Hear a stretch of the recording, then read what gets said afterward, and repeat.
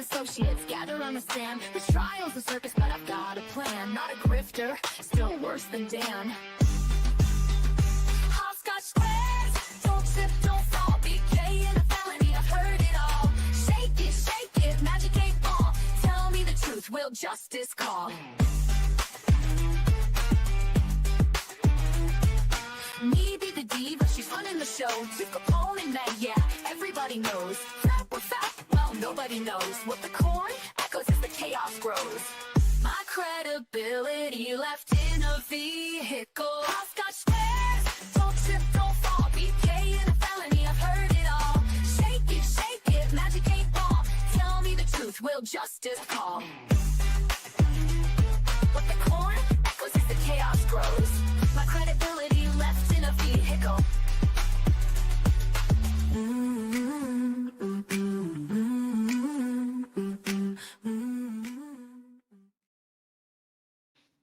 Hello, happy Monday, everyone. Hope you all had a great weekend. Did some fabulous things or whatever. Did nothing. Whatever you wanted to do. Just hope you enjoyed doing it. I didn't. You didn't? You didn't do anything, or you didn't enjoy doing it? No, I did. I had my aunt and my cousin, my friend Lindsay over on Saturday. We hung out. Nice. That was fun. Yeah. I had Miss Madison all weekend, so. Well, that must have been adorable. She's a little cranky. But it was okay. She still is in like a good mood 90% of the time, even higher than that probably. Even when she's cranky, sometimes she'll be crying, but she's she's trying to laugh. It's like, yeah, it's okay. I think she's getting her molars in, and man, she just doesn't feel good. Or Joe. It's like, you can't use that anymore. Really? Yeah, I don't even know if they sell it. They don't recommend it, and if they sell I use it, that on my sister. It's very limited use. Yeah, it's icicle, popsicle. Yep, I got like cold. These key rings that have this film stuff in them that I keep cold. And yeah, chew on that, and my grandma used to put a wet washcloth in the freezer and then just give it to me. Yeah, she will. Yeah, I feel bad. Or my mom used to use whiskey. Of course, I'm not doing that. Just for the record, so nobody's like, "What are you doing?" That was a different era, though. Not that. That was a different era. You can't do that nowadays. That was sorry, different era. Yeah, not that. All right. Hello, Bri. I don't know if you're still hanging out or not, but hello. Hello, Chloe. Mr. Brandon, how are you? So official. I know. I told him it's weird. It is weird. Last time I swore I heard you. I didn't hear you at all. That would be weird. Whoever's like, Wasky. Well, hey, everyone. Carmen. She's eating dinner. There it is. How's our favorite Southern cornbread jurors? How did we get that? I'm great. What's up, whoever? Wasky? Oh, there he is. Wasky? What's up, Dazzer? Carmen, I keep forgetting to tell her it's not Dozier, it's Dazzer. Yeah, it's Dazzer. I call him Bad D. Which D. Probably sounds even worse, but maybe I should just call you BD. I don't know. I gotta find a nickname for you. I don't know that you've come up with it yet. Yeah, I haven't. So we are going to get back into the Rachelle Waterman trial from 2006. The crime took place in 2004. This is the teen girl who is on trial for allegedly conspiring to unalive her mother with the help of her 2 ex-boyfriends. She didn't date them at the same time, but they weren't that far apart from each other. They were 24 when she dated them, she was 15. And from the testimony, it kind of sounded like she was 15 when she started dating both of them. And that was illegal, period. And for Period. whatever, period, full stop. So we've already heard from the first ex-boyfriend, Brian Riddell. He was the one who actually unalived Lauri Waterman. And then he really didn't link Rachelle to the crime much, in my opinion. He kind of kept her away from it. But I don't know that the state has linked her there yet either. Yeah, well, yeah, I've been saying this is the testimony I've been wanting to hear. This guy here, who's her boyfriend at the time of the unaliving. This Yes. is the guy I want to hear. I've been wanting to hear this so bad. Yes. So Jason Arrant we've been saying his name wrong. Sorry. Really not. But anyways, he's sorry, we're kind of gross. So you just shouldn't have been dating who you were dating. And from what we've heard so far, it kind of sounds like you were the mastermind behind all of this. And you pulled Brian Riddell into it. Your testimony may completely change my mind because I don't know. I haven't heard it yet. But Yeah. Brian Riddell, he seemed pretty credible to me. He didn't change typically and how witnesses do when the state, if they're the state witness, when the defense starts questioning them, they just Yeah. change and they get forgetful and can't find Yep. stuff, whatever. He He didn't was do very that. specific. He's very Yeah. very specific, very detailed, very like matter of fact. Yeah. Like he just was, if he remembered, he told you. If he didn't, he told you. Yeah. He Yep. he seemed like he was honest, and it kind of I saw that.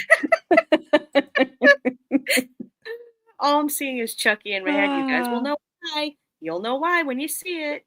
that's hilarious. I guess it's Um, perfect. It's right near it's Halloween, so Yep, that's hilarious. I do just have one comment from Friday's stream when I watched that. That Sergeant Habib was about to make. I needed Hamilton's bubble wrap because I was about to throw my oh phone. yeah. He was ridiculous.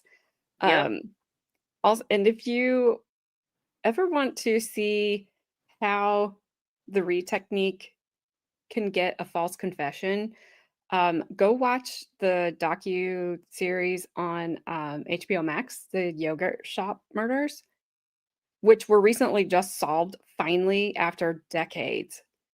And you will watch that at work, and you will watch it send one. There was 3 teenagers or 4 teenagers, I believe, that they tried to convict in that. And one, he never ever would talk to police. He lawyered up immediately and he never talked to police and he never was charged. He actually ended up Wow. um, getting in a shootout with police after a police chase. Like his life was ruined. It was over because he was just seen as this person that had unalived these young girls. And he ended up dying then. One of them was sent to death row. He was convicted and sent to death row. Wow. The other one, I don't remember what his sentence was, but their lives were ruined. And even when you watch that docuseries, it wasn't solved at the time that that was made. Um, that detective, one of those detectives on there, was just so certain it was these boys. I'm like, you don't know that. And then now it's come out that it wasn't. They had Mm. DNA. They connected it through, the genealogy DNA stuff, and they unfortunately, this guy is no longer alive, but he had committed he was a serial unaliver. He had crimes all over the US, similar crimes. So that has been solved, but these guys' lives have been ruined. And Oh yeah. Absolutely so ruined. Yeah. So if you ever want to see how that works and why a lot of people don't, a lot of it's been like done away with in a lot of places, that's why. Like it's disgusting. Mm-hmm. Uh so oh sorry, I'm like trying to keep up with chat. I'm way behind. Did I miss anything? What if Sorry. bad dads are mean? Can we guess which end was who yet? What does that mean? I don't know. Hey, Elaborate that. hey, Heidel. I see ya. I saw ya. Hey, hey, Heidel, hey. Well, this one is solved. And I know some people think Delphi is solved. I don't. So No, I sorry. don't either. I don't believe that Delphi is solved either. And I don't think it will be at this point. Oh, Ronnie, señorita bonita. ¿Cómo está? I have What? to say it every time. Hey, Frank. I didn't see you. Why don't I see Frankie? Oh, Oh, there he is. I see. I see you, Carmen. I got it. Don't you worry about it. Hello, Ronnie. I would, Oh, gotcha, Bad Dazzer. Gotcha. I I was, understand now. I Power was it. H, maybe? Power H? I was in Baker's chat this morning and he was talking about this trial. And he's like, she's doing something about somebody being burned or something. And John Gary was like, it's a trial out of Alaska about this girl. She was the town bicycle. I mean, he's not wrong. He's not wrong. Oh my gosh. I was like, that's hilarious. So Yeah. Carmen, since she's like, how's your computer fund going? She is making me discuss something, you jerk. And it's I'll just for get it. transparency. Just so y'all know. Because she asked, I'm bad at that. I'm not asking for anybody for anything right now, so please don't think that at all. I just wanted to let you know that I am I haven't we've exchanged a couple messages, just haven't got into the like the meat of the conversation yet, but I am talking with Sticky, even though I told him, I'm like, me talking to you about computers is like me asking you for directions because I'm lost, and then you sending them back to me in a foreign language. So I will have no clue what you're saying. Just tell me. I'll just tell you what I need it to do, and then you like, tell me what I need to do. So, but that's where it is. So I have no idea. I'm trying to get an idea, like cost wise and everything else. But I didn't want anybody to think that it was just like, yeah, thanks. And I mean, I do have expenses that come out every month for streaming. Period. That my streaming money is used for, but that is still in the works. I'm still working on it. And I just didn't want anybody to think that, oh, Carmen asked for all this money for a computer that we've never heard of for anything else about it. Well, it's because I just don't have one yet. So it's in the works. It's still to be determined, but I promise you that there was nothing, you know, nefarious or anything like that going on with any of that Yeah, stuff. also whatever Sticky recommends or whatever kind of computer, you should also look on Newegg, newegg.com, because they have good deals. That's where my husband, Caleb, buys all his electronics from. I thought you were telling me a joke. No, it's a real thing. He's always bought in all of his computers from newegg.com.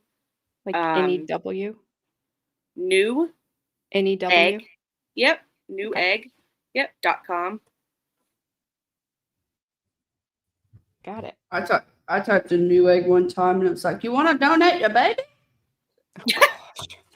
You probably hit the wrong button. I did, but I liked it. Your mom's eyes.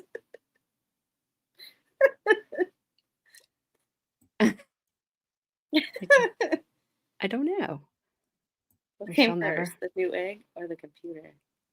Well, you know that argument. They always say there couldn't be a chicken without an egg, and then there couldn't be an egg without a chicken. So, So the computer.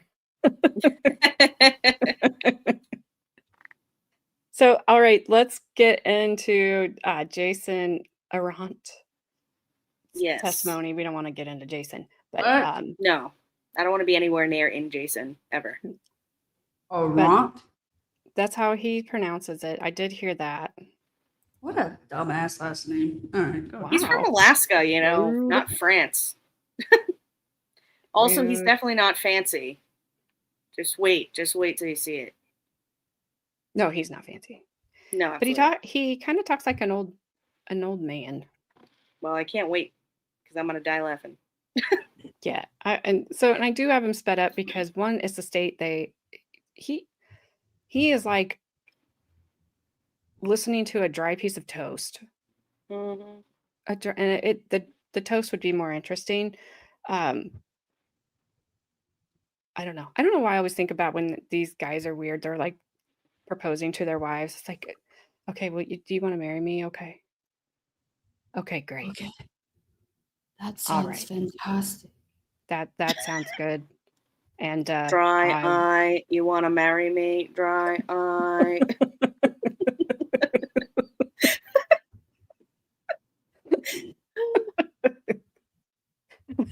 he has the personality of nothing. It just is not there. I don't even He's showing his soon to be wife like paint samples, and he's like, "Do you like this gray or this gray? Will you marry me between these two grays?" He's like, I "Do love like you. this? I swear. Yeah, Like, I swear. this is yellow." Did you This have a good time at our family function? Yes. It was a blast. this is eggshell. This is white. This is vintage white. Will you marry me? Pick a paint color. It's like, what the? I'm sitting there thinking, I could do this all day. Sorry. if I did Hey Google or Hey Siri, they have more excitement in their voice than you do in their robot. Absolutely. Absolutely. Frank, I have nothing against old men. This guy just talks above his ears. Is that the correct Yeah, way to Frank, say you that? talk below your chin. You're good. That's a good thing, Frank. It's a good thing. Yeah, it's pretty amazing the losers who can get some woman to marry them, and for us lesbians, or maybe it's just me, it seems quite impossible. Right? Thank you. That's the best way that anybody's ever described it. Oh my What? Oh my God. He's 30 years old. You don't see any rings on these fingers. I get it. My brother would agree with you, but he's not a lesbian. He is gay. Well, that's okay. That's the family. Oh my God, that is so. I gotta snapshot that so I can send to my brother. He's From like, one- who is this person? I need to find them. From one boomer to another, I guess. That's right. Marry me. What about the do you want to do it with me conversation? He Hello. would have Would that you just like like- I just read that, which was Yeah, horrible. He would be like, can I stick this here? No, he'd be like, Yes or no. This is him. Yeah, baby. Yeah. Oh yeah, baby. Yes. Yeah. No, he wouldn't even have the slang on it. It'd be like, oh, yes. That's fantastic. Yeah. Oh yes, my betrothed. Yes. Oh yes, my betrothed. Oh my gosh. Hey Ash, how are you? And she's like, please help me. All right. You can't get I'll kiss you. Some books are I'm hitting play. Okay. I'm just saying. I'll be a huckleberry. Yeah. Whenever you're ready, Mr. West. Okay. hell is Mr. that? Pate present. Oh, I'm sorry, Mr. Pate? Yes, Your Honor. I was told that you were online. Thank you. Sir, if at any point you can't hear, please break in and let us know. Mr. Pate is Mr. Arrant's attorney. He appears telephonically today because the flights from Sitka were canceled. Go ahead, sir. State your full name and spell your first name and last name. Jason, Jason, Allen, Arrant, Arrant. All right. And AKA Chucky the doll. prior to your arrest, where were you living? I was living in Kloak, And how old are you now? 26. And how long have you been living in Kloak? Oh, roughly 2 years, I suppose. Okay. How long have you lived in the Craig Kloak area, or Prince of Wales area, I should say, Prince of Wales Island? I've been back and forth a few times, but I suppose about a dozen years in total. Total. Okay. When did you first move to Prince of Wales? I was probably 10 years old. 10 years old. And where did you live on the island, and approximately when did you live there? Do you remember? When we first got there, we lived in Craig. Stayed there for a year or two. I don't exactly remember. And headed for Kloak. Was there for 2 or 3 years, I suppose. And then we moved back to Oregon. Stayed there until I graduated from 8th grade. And we moved back up to Hollis, where I spent the 4 years of high school. And you graduated when you were 18? Yes. And what did you do after you graduated from high school? I enlisted in the United States Marine Corps. I never actually finished my training. I was entry level separated, so I was sent home. How long were you there for? About 3 months. Okay. And then you went back to Prince of Wales Island? Yes. Now, what did you do after you went back to Prince of Wales? Where'd you live? I got a job at Ruth Ann's, What's that? just washing dishes. Okay, at the restaurant there? Yes. All right. And that's in Craig? Yes. And how long did you work there? Oh, about a year, I suppose. Okay, and then what'd you do? Then I moved away with 2 friends of mine to Yakima, Washington. Worked in a plastics plant. Lived there for about a year. And then I moved back up to Kloak. And you were there until your arrest? Yes. Okay. And what kind of work did you do in Kloak? I was a janitor at the local high school. And how long did you have that job for? I suppose it was about a year. I don't remember exactly. Okay, was it full-time work? Yes. And what hours did you work during that job? I would go get there at about 1:30 in the afternoon and work until anywhere between 6 and 8 o'clock, just depending on what needed to be done. Okay, were you the only janitor at the high school? No, there was another head maintenance man that was over me. Okay. And when you were back there living in Kloak, did you live in a place of your own, or? No, I live with my parents. Okay. And they lived in Kloak? Yes. Okay. And who are your parents? Doug and Linda Arrant. And did either of them work for the Craig Police Department? Yes, my mother did. And how long did she work for? Oh, boy. I'd say it's been at least 10 years, probably more. Okay. And what was her job there? She was a dispatcher. Did you spend much time at the police department there? I went there now and again just to say hello. Okay.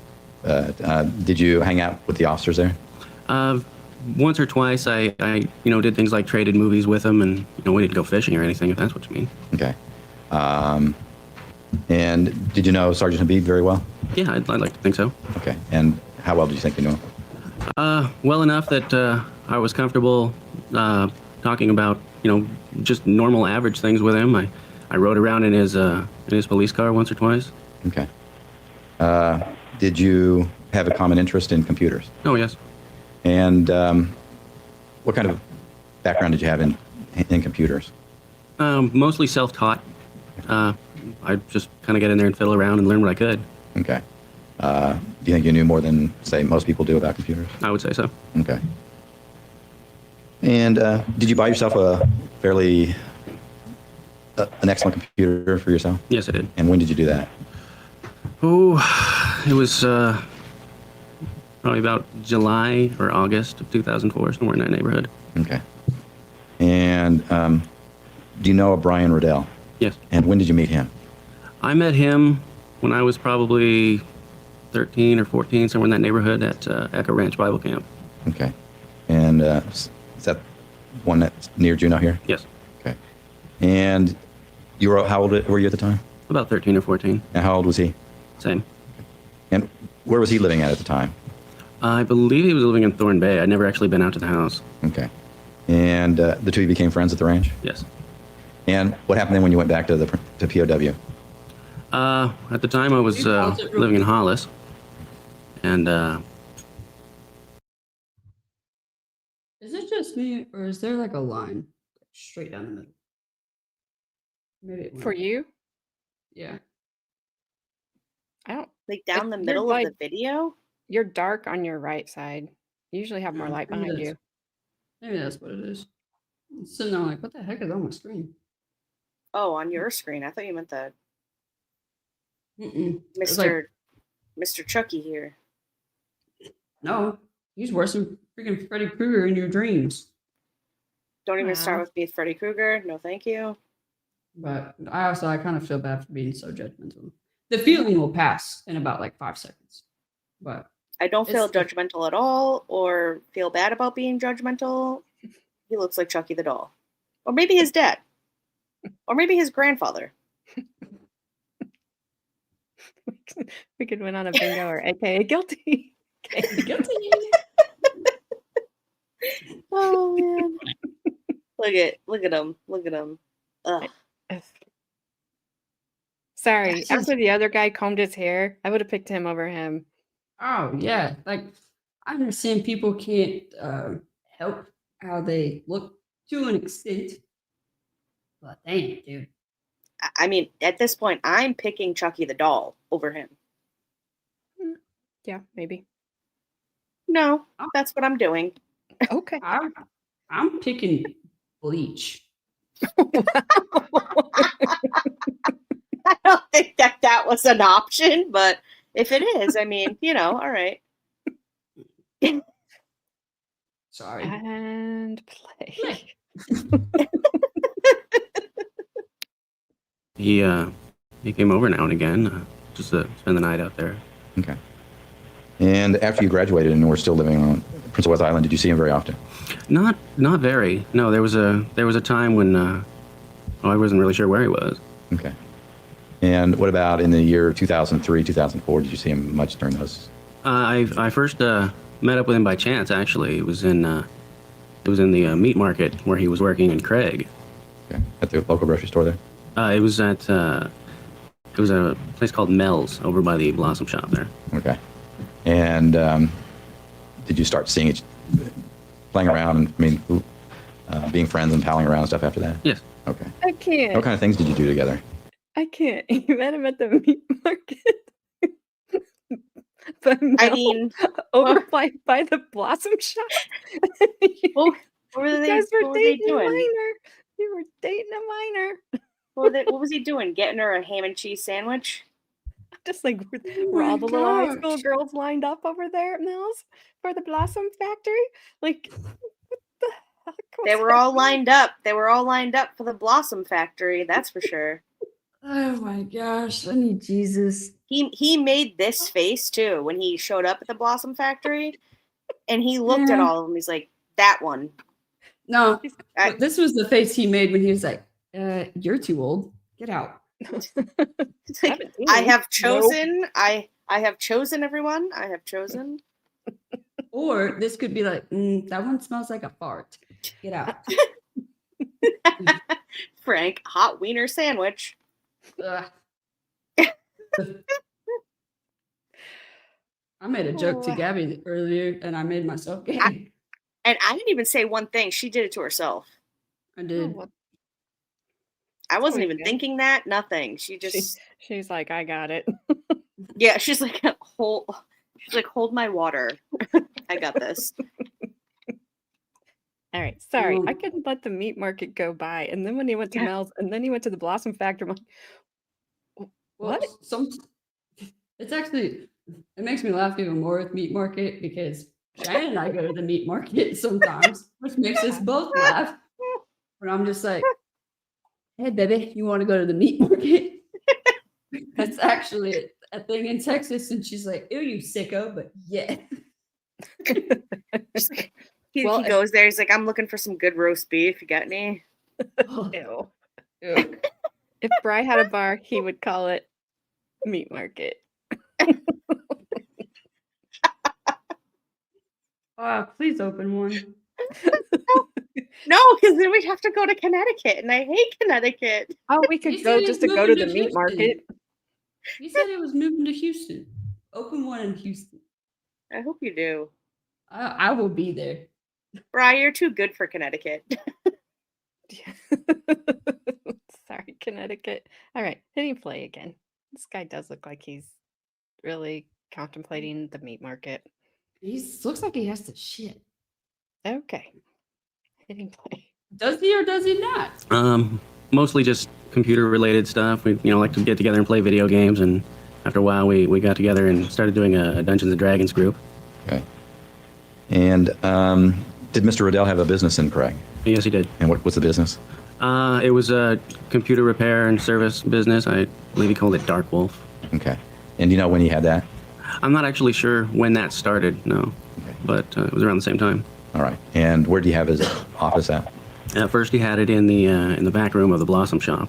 Okay. And then he rented a space in the Thibodeau's Mall. Okay. Do you know about when it closed? The date escapes me, actually. He only had it for a few months, though. Okay. Do you remember what month it was? If I had to make a guess, I would probably say somewhere in the neighborhood of October. Okay. What September, year? October, something like that. What year? Hmm? What year? Oh, 2004. Okay. And did you work for him in that computer business? Yes, I did. And what kind of work did you do? I assisted him on some call-outs where we would go to customers' houses and work on their systems. Mm-hmm. Whenever he would get too busy, he would kind of call me in. It was more of a freelance thing. Okay. And how was he at computers? He was fairly good. He knew most of his stuff, but I always thought there was some things that he probably should have known working in that business that he didn't. Okay. Who did he employ there, other than you on when he needed you? Who else did he employ there? Rachelle Waterman. Okay. Anybody else? Not to my knowledge. Okay. Now, you said the two of you played Dungeons and Dragons? Yes. Did you play it when he had his business? Yes, we did. And where would you play it during that time? There in the shop. Okay. And who would play it? It was myself, Mr. Riddell, Miss Waterman, another friend, John Wilburn, and very rarely another friend of theirs named Gabe. I don't really recall his last name. Okay. Did it's a role-playing game? Yes. Did each of you assume the same roles, or did you have different roles? We would assume different roles. Only maintain a character for about 2 weeks, it would seem, before we were starting another one. All right. And did the games last very long? Not really. Okay. How many hours do you think on a day? Probably 4 or 5 with pizza and everything else thrown in between. Okay. Now, when did you first meet Rachelle Waterman? I met her when Brian still had his shop in the Blossom Shop there. Okay. And her and her boyfriend Ian came in one day. I think that was about February '04. Okay. And did you know about any relationship between Ms. Waterman and Mr. Riddell? At that time, no. Okay. When did you find out about their relationship? I found out about that about the same time that we started discussing pursuing our own relationship. Okay. Which was when? That was probably around August '04. Okay. But by then, when you found out about it, had the relationship with Mr. Riddell ended by that time? So I was told, yes. Okay. And the playing of the Dungeons and Dragons, did that occur prior to the two of you getting involved romantically? Yes. Okay. How is it that the two of you ended up getting involved romantically?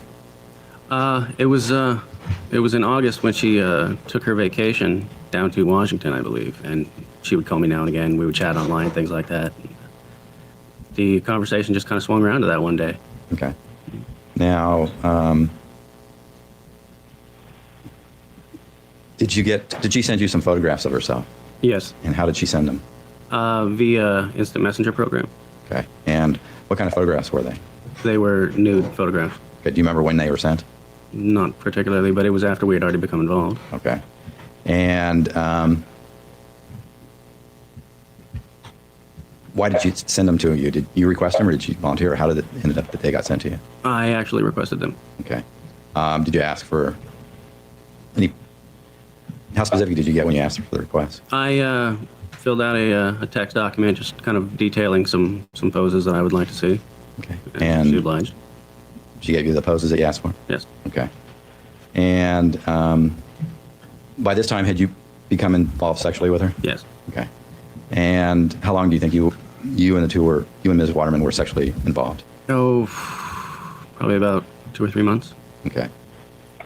And what stopped? Was it that stopped? It was going on pretty much up until the point of the arrest, so I would say that's what stopped it. All right.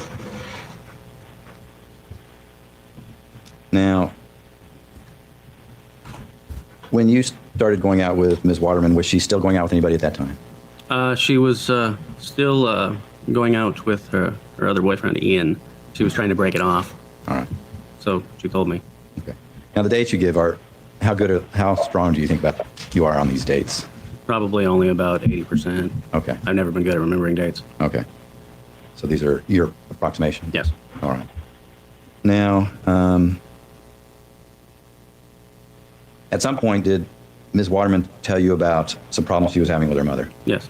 And when did she start telling you about those? She told me about those just short. Yeah, Shinny, this is Jason. This is the other dude. This was the current man. I thought. I'm so confused. There's so Yes, many she guys. did. What So did he just say? Aaron or this is Jason or Arrant, something.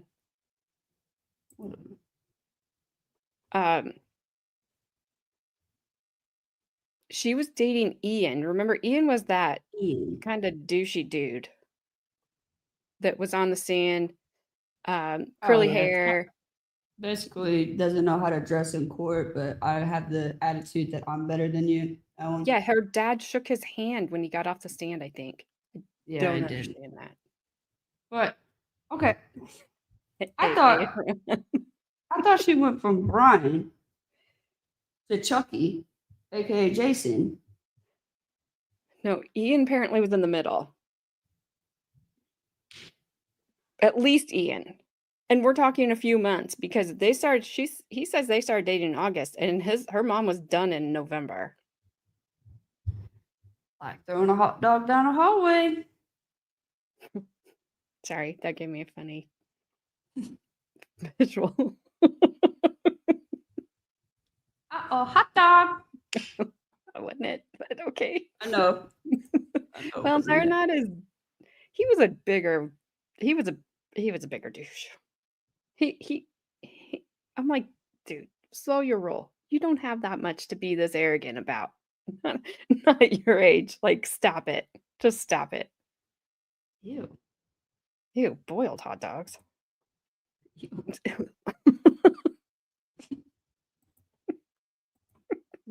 Now smell it. Smell it. I don't want to.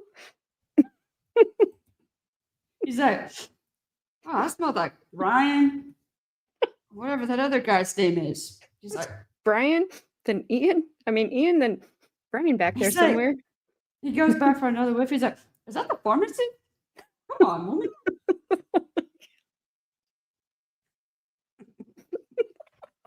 Why do I say that? Oh, I'm so sorry. Living life. Welcome to your first stream over here. I apologize. you came from Baker's, didn't you? Squid, too. I Baker's. know some squids. I get my but- channels confused. Okay. She got sandwiched by the hot dogs. And that's when she said, "Oh no, hot dog!" Oh my god.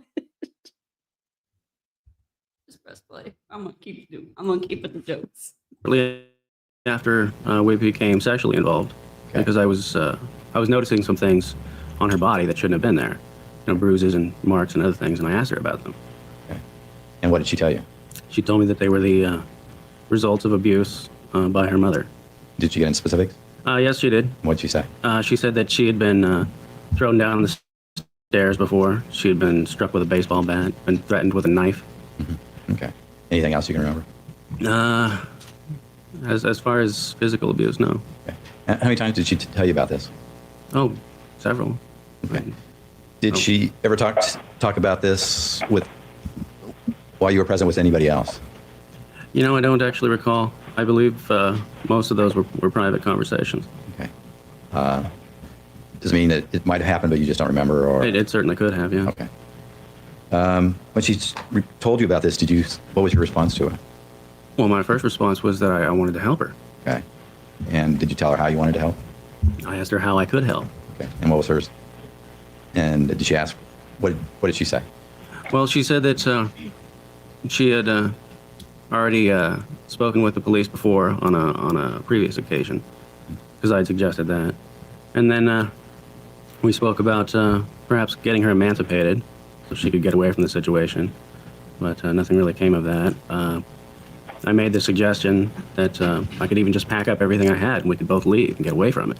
Okay. And she always kind of had a reason that none of those would work. And finally I said, well, what is it that you want me to do? Okay. And she said that she thought it would be better if her mother wasn't around anymore. Okay. When was this that this part of the conversation came in, when you said, well, what do you want me to do? And she says, mother not be around anymore. Do you remember I when don't that really was? remember what month it was. Okay. How were you communicating with her about this? Was it face to face, on the phone, or how were you doing? Mostly it was over the internet. A lot of it was on the phone, and only some of the actual abuse conversations were face to face. And you said on the internet, do you mean emails or instant messaging? Both. Both. Okay. Now, when you asked her, what do you want me to do? And she says, it'd be better if my mother weren't around. Did you ask her what she meant by that? Well, yeah, And what was her response? that she thought it would be better if her mother was dead. And what was your response? Well, I was obviously trepidatious about it, but I loved her, and I already told her that I would do anything for her. Okay. So at that point, I decided that I needed to enlist some help. Did she offer you anything to help her in doing this? No, Did she offer you any money? no, Drugs? no. Sex? No. Did you offer, prior to this, had you offered her anything like drugs or alcohol or anything like that? Oh yes, her and I had gotten drunk before, and we'd smoked marijuana before. Okay. Now, when she told you that she wanted her mother dead and you decided to help her, what did you do then to do that? Facilitate it? I told her that I was going to go down and seek some assistance. I didn't tell her then who I was going to contact, but at that point I jumped in my truck and drove down to see Mr. Riddell and spoke to him about it. And why did you contact Mr. Riddell? Because through all the time that I'd known him, one of the things that he often talked about was his kind of militaristic upbringing. And I knew that if anybody I knew would be capable of something like this, it would probably be him. Okay. Did you feel like you could have done it? Absolutely not. Okay.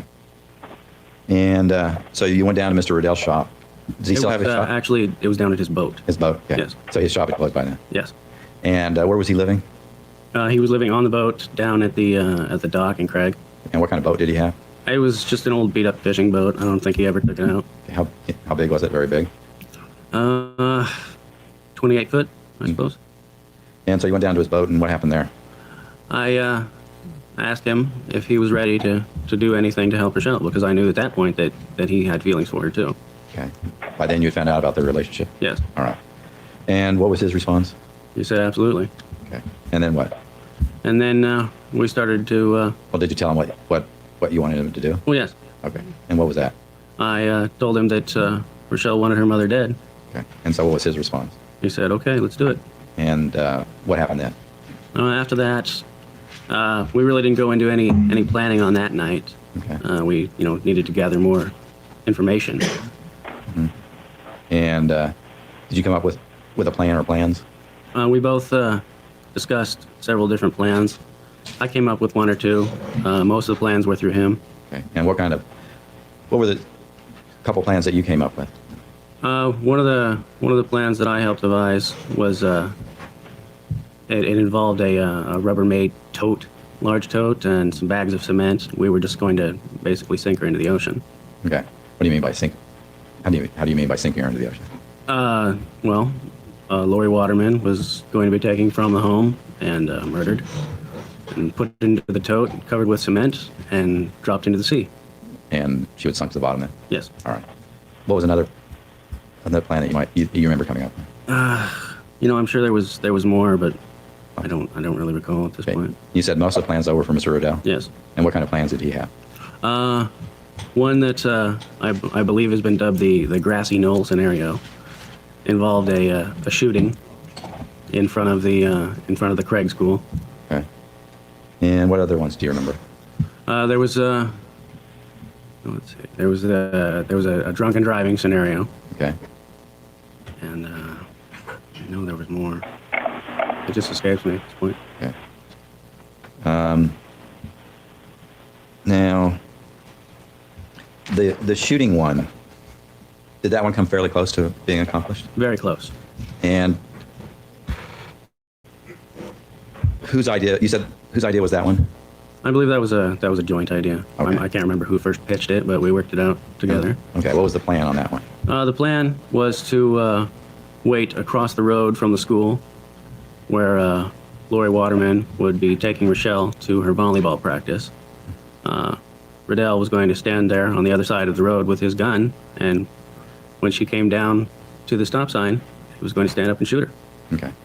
And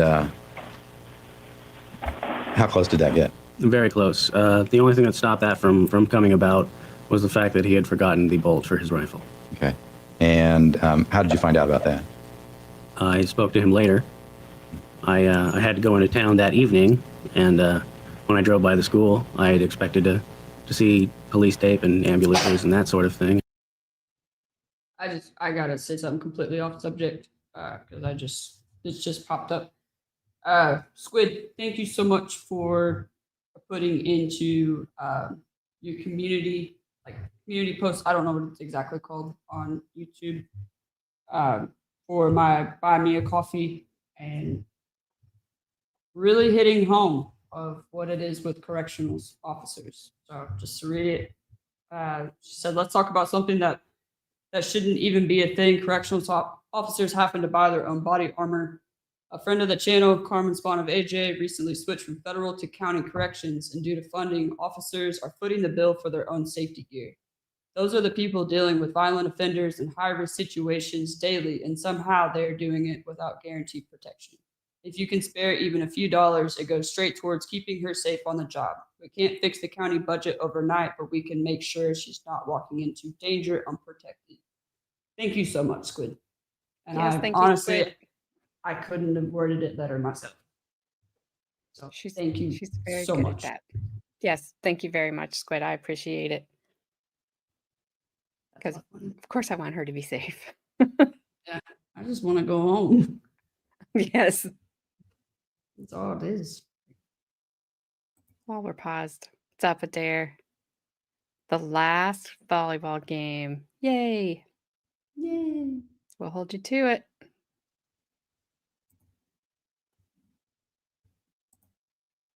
Yeah, but the crazy part is they're not convicted. There's a different way that I have to treat them versus if they were convicted and they were in a prison. And what a lot of people don't get, they're like, it's, oh, well, why would you have to have that gear? And it's like Squid and I have talked about this, and I've talked about this with a few other people. It's, you've been stabbed before? It doesn't feel very good. And you ever had 3 facial reconstructive surgery? I have. Doesn't feel very good. So that's why I want the gear, and I'm trying to raise money for the gear. But it's, the other thing is, there's like a battle sometimes between road guys and corrections. I don't think there should be, but there is. They just get to drop them off and never see them again. I deal with them 12 hours a day, every day. And they have nothing but time. And I mean, you can get people that do something for a gang initiation. You can get somebody that's mental health. You can get somebody that's just a cold-blooded unaliver that just wants to hurt you for their own appeasement, I guess. Like, it's dangerous. Gabby, will you drop that link if you have it? Ronnie, I'll have Gabby whenever she is back from whatever she's doing. Put the link in. There it is. There it is. She did buy me a coffee. Because I wanted to keep everything for that and for this channel completely separate, so there wasn't anything misconstrued, and just to be transparent with everything. And just so you know, anybody that donates, as soon as I get it, the receipts will be displayed, so you know exactly where everything went to, exactly how much everything cost, exactly how much I got donated. I will show absolutely everything. Flashman, I'm telling Squid you said she's a boomer. She is not a boomer. It's not a boomer. Squid. Skid. Squid is amazing.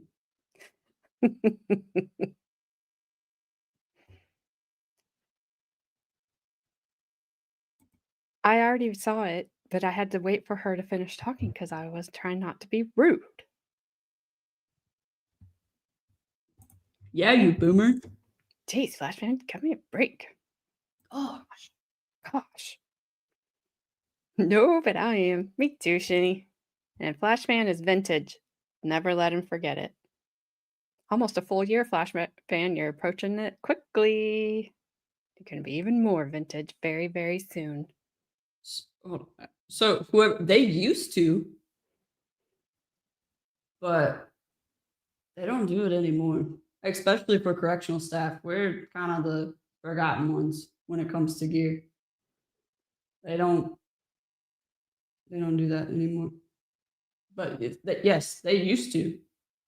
And you're right. Humans are more dangerous than fire. You are exactly right. I mean, my first incident that I ever had happen was the dude was, I didn't even want him in there. It was the first prison I ever worked for. But he was put into the kitchen with me, and obviously they have sharp objects. He was 6'6". I don't remember if he was 6'6" or 6'8".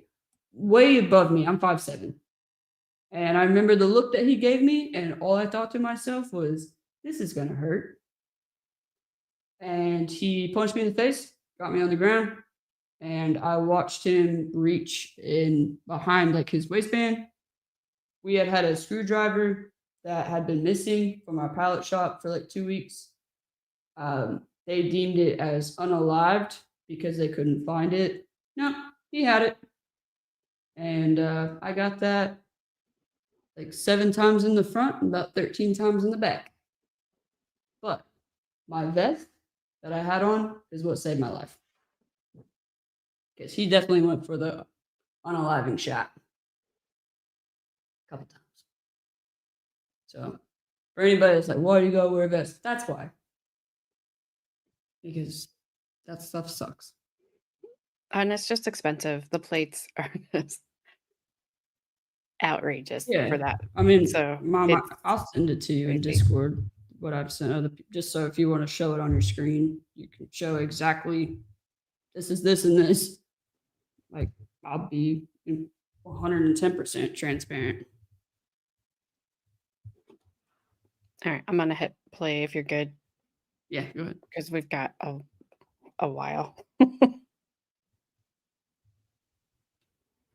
Plus, I don't like talking about that.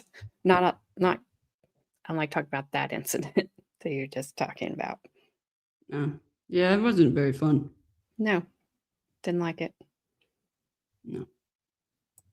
When I didn't see any of that, I drove down and asked him what had happened, and he told me then. Okay. Had he forgotten a bolt? Yes.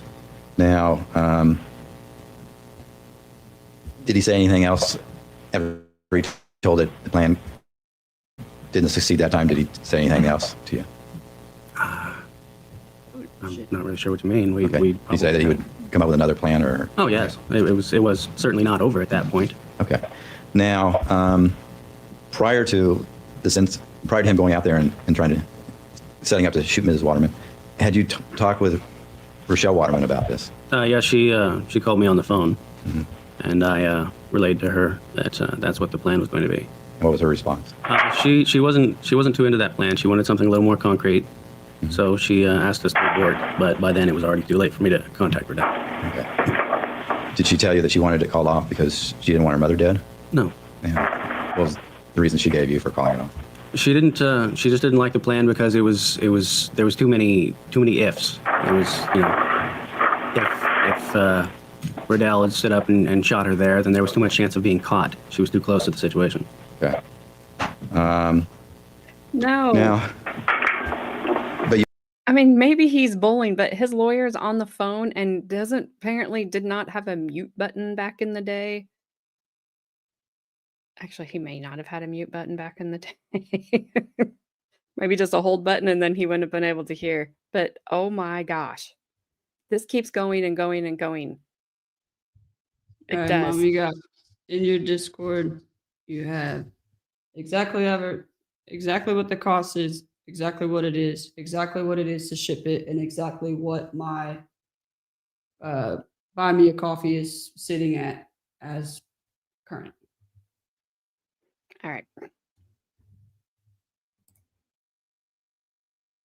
but you said you talked with her too late to contact Mr. Riddell? Yes, he was already moving through the woods at that point. I didn't know where. Okay.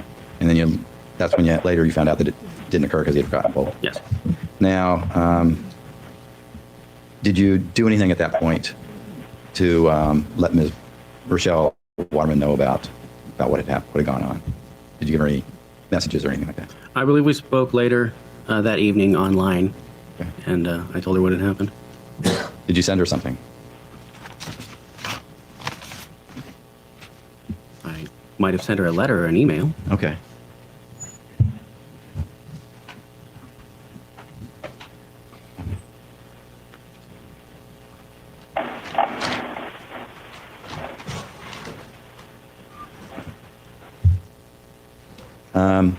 But do you remember sending her about an email about it? I probably did. We conversed almost every night on the computer, so I imagine that I probably did. Did you? Do you remember how you referred to it as? Oh, it was the hunting trip. The hunting trip. Okay. Yes. And okay. Now, after that plot didn't follow through, what happened then? We kind of found ourselves back at square one, and just waiting for another opportunity to come up with a new plan. Okay. Did you discuss other plans in the meantime? Yes. I don't really recall what most of them were. They were kind of flash in the pan ideas that All right. Now, you didn't try to use the shooting plan again? I don't think so. Okay. You rejected it by then. Yes.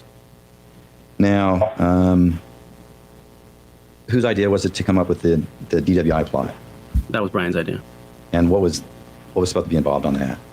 The idea was to abduct her from the house, and we'd already kind of chosen a spot out on the highway that looked like it might be a place where something like that could feasibly occur.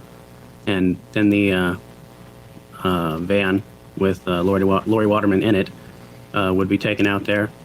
Her neck would be broken, trying to make it consistent with an automobile accident. And then the vehicle would be pushed over the embankment. Okay. And how did you, how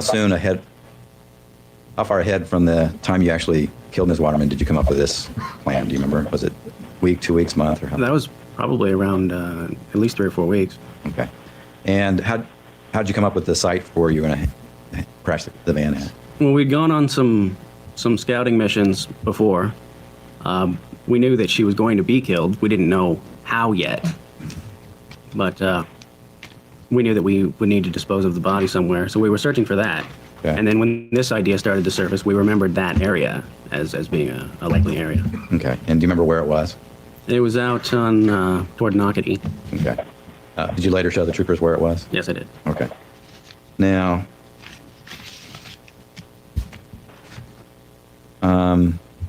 during this time, from the time the last the shooting plot didn't go through until the time Ms. Waterman left town to go on the volleyball tournament to Anchorage. Did you talk with her during that time about, or communicate with her about what was going on? Yes.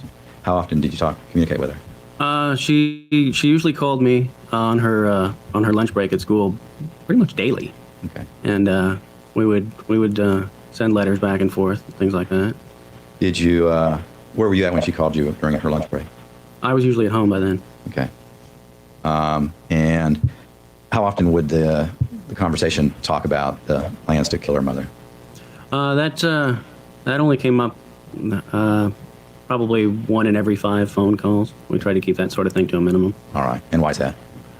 just because we were both getting a little paranoid about things by then. Okay. Who's we? Well, myself, and I know Miss Waterman was probably getting a little antsy about it. Okay. And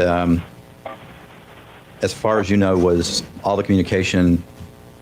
Did Mr. Riddell have any communications with Ms. Waterman about what was going on, as far as you knew? Direct communications, I don't have any idea. I didn't know of any, but it's certainly possible.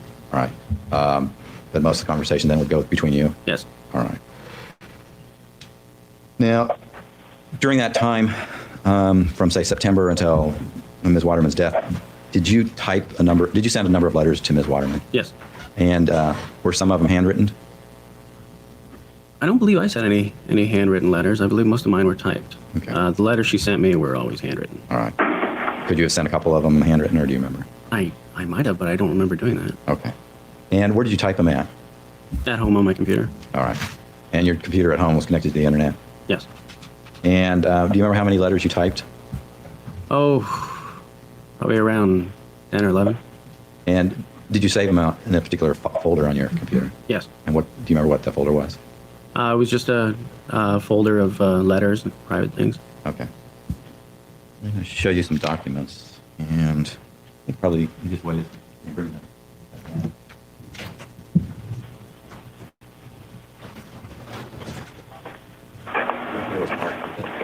Exhibit 41 for documents.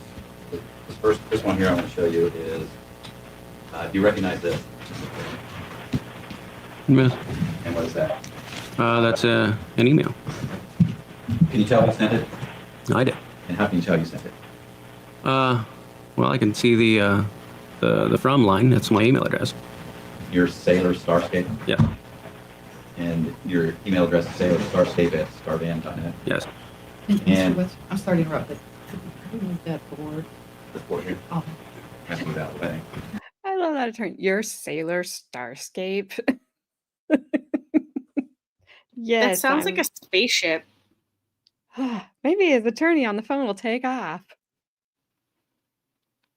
I'm not making fun of it. I don't know what it is. I've heard of Sailor Moon. I'm not familiar with Sailor Moon, but it just That's not like sounds- that's not like an Cartoon. Alaskan pipeline, is it? no, it's Sailor- anime. It's Oh, anime.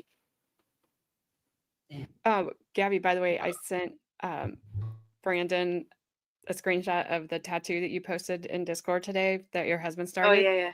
yeah. He's like, that's because he's a big Dragon Ball Z fan. So he's like, that's this person, and that's. I'm like, I don't know whether Oh to my be proud God. of you or embarrassed right now. oh, send it to Well, me. Did it have like It's- Vegeta and Goku? It's in the lounge. I think. it's in Discord. It's in Yeah. just scroll up in the lounge. I It's- posted it it's today. cool. He did it last night on his buddy, and it's I mean, he hasn't done a big back piece like that in a long time, but he's been doing like Dragon Ball stuff on this guy's arm and stuff, and Oh, now yeah. they're moving to his back. Hang on. But one I don't- second. Yeah. Night, Bry. Good night, Bri. Thank you. I saw it. Thank you so much.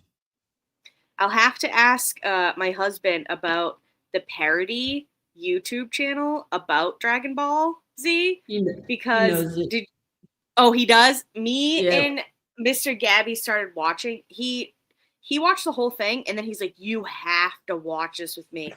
I was on the floor, like legit laughing so hard. The like parody one is I can't Did you even. I see can't even- where I think it was Vegeta and Goku were fighting, and Goku gets him. He's like, "Ah, You hit me in the dick. Yeah.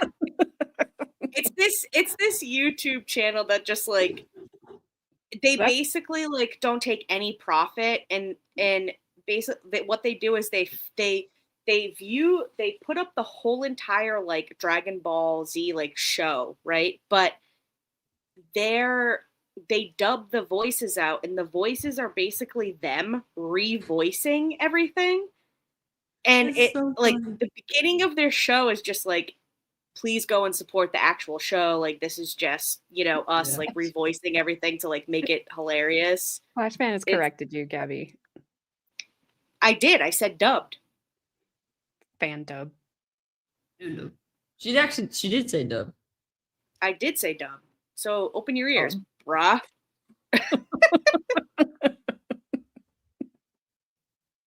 But it is hilarious. Well, Highly that's great. recommend it. Yeah, we Just for a good he and I laugh. Send it back and forth.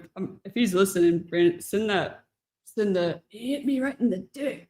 Send that to Oh, Mom. it's so funny. It's It's so funny. Well, when your husband gets that, When he gets it done, send yeah, it. sorry, I was That's reading gonna look Flashman's awesome. thing, but I would like to, if we're allowed, if the guy didn't care, I'd love to see a picture of it when it's finished. Oh yeah, me too. Oh yeah. I'll show it to you as it progresses. Probably the next step is black and gray shading. Usually what he does with big pieces like that, he does the outline first, lets it heal, then he does the black and gray, then he does, if they want color, then he does the color. Awesome. Is that guy doing color? I hope. I can't remember if he had his arm in color or 'Cause black and gray. I'd have I to go think- back. I'll have to ask him when he I gets thought the home. arm looked like it was black and gray, but I that piece hope he does color on would that be back. better in color. Well, you know what? It always looks better in color, but a lot of people, dubstep. You ever hear of Skrillex? Go look him up. That's hilarious. Flashman, you're not going anywhere. Yeah, Absolutely. cut it not. out. I will leave. Give me give you a break? You just give me a break. You just called me out. I said the same thing you did. Good Lord. Anyways, but I think with color, doesn't it? Every now and then you gotta He is. kind of like yes. fill it back in. Yeah, I mean, Oh my gosh, I read that he's very good at finishing too. well, Frank, Well- He says fishing. yeah. But I your read mom read it as finishing. finishing. I was like, wow, Frank. Sorry. Honestly, I wanted to know, like, one, how did you know that? And two, That's because he went up to Mr. Gabby's like, I'll be your Huckleberry.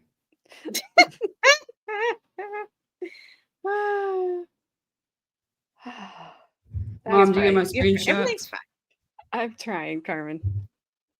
But yeah, everybody always wants black and gray because everyone likes black and gray tattoos. But Yeah, but Dragon There's- Ball Z there's is just- like yeah. bright colors. Like you gotta do There's- that. yeah, there's just some tattoos that you have to do in like color because they just, they look better. I agree. All right. Back to Sailor Starsky. Chucky? Sailor Star Moon. Hey, Shelly. The last time somebody said, do you want to see my star? That's not what they meant. Ew. Yeah, that's what I said. Ew. But I did. I looked. Balloon knot? Never mind. I'm muting now. No, spork. Put a spork in it. Ah, that's not who I meant. I was talking about some of my personal life. Wow, figured that was AJ, the wow. I mean, how many people ask you that? I figured that was one. More than what you know. Okie dokie. No more than what I need But to know. I say no. All right.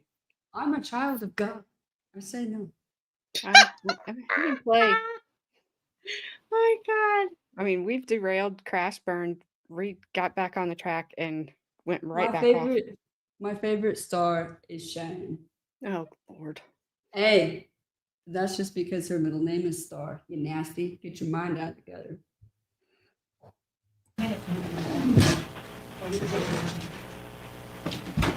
I'll check with you. Just get out this way. Maybe right over here. Okay. Okay. I will judge. So excited to move forward. You see better now? Yes. All right. And who did you send it to? I sent that to Rachelle. And was that your email address, Narc?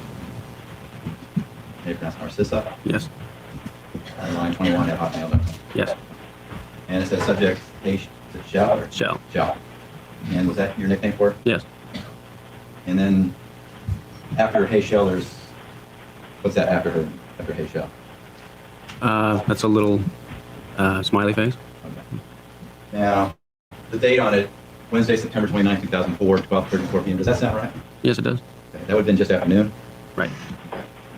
And it says here on the first paragraph, hi, how goes it? Not much going on here today. I went down and found Brian so I could chat at him for a bit. Oh yeah, and we canceled that hunting trip we were planning for today, but he said he'd like to go sometime soon, no later than a week from now, and swing it, so that should be fine. And then there's something at the end of that. What's that? That's a sign for a wink. Okay. Now, what's this reference to? The hunting trip was in reference to the failed attempt with the rifle. Okay. This would indicate that it was earlier in the day because it's just afternoon. Yes. You know, do you remember what time it was that you were going to, that it was planned for? I don't really recall. Okay. I don't remember when the volleyball practices were supposed to be. Okay. Now, at the end of the letter, what's this here, right here, you know? Oh, well. No, I don't. Okay. And this is your initial here, Jay? yeah. That may have been something that was in another language. I was prone to doing things like that just didn't translate well when it came out on the other side. Okay. Now, what was the reason for the wink eye here? She would know what I was referring to. Okay. This was a hunting trip? Yes. Okay. And by the hunting trip, what do you mean? The hunting trip was the attempt with the rifle on the other side of the school. Okay. Now,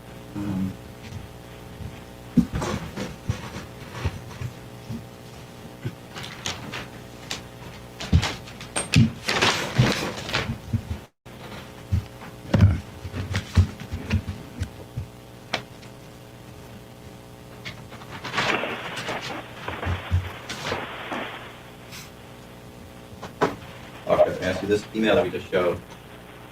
Is that the email that you sent her? Yes, it is.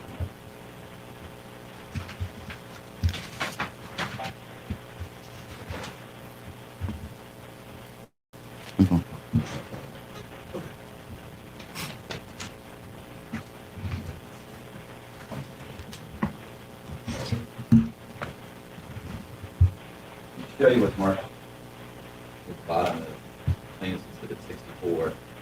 We're reading the original um, version of a text message. Let's go. An email. Do you recognize this? Yes. And what was this? That's one of several letters that I wrote to her. Okay.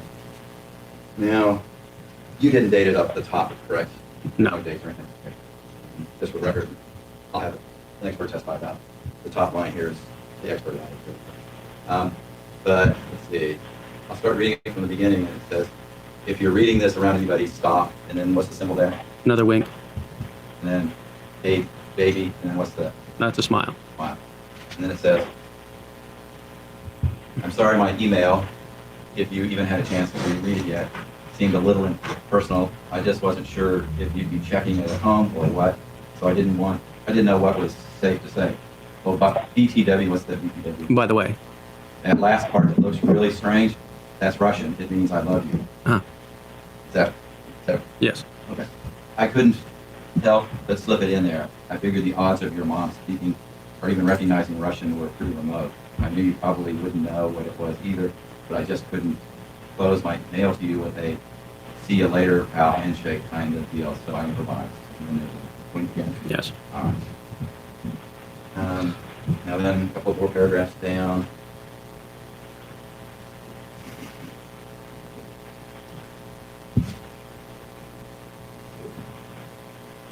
So let's walk in.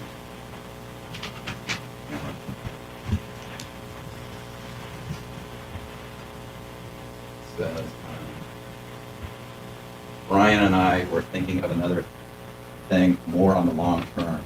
He sees your mother as rather materialistic. I mean, she fucking wanted to sell you off. And if that's what the catastrophe? Yes. Catastrophe happens and she's around for the duration of your stay in the house as an 18, then she'd practically be throwing you at me if I had money.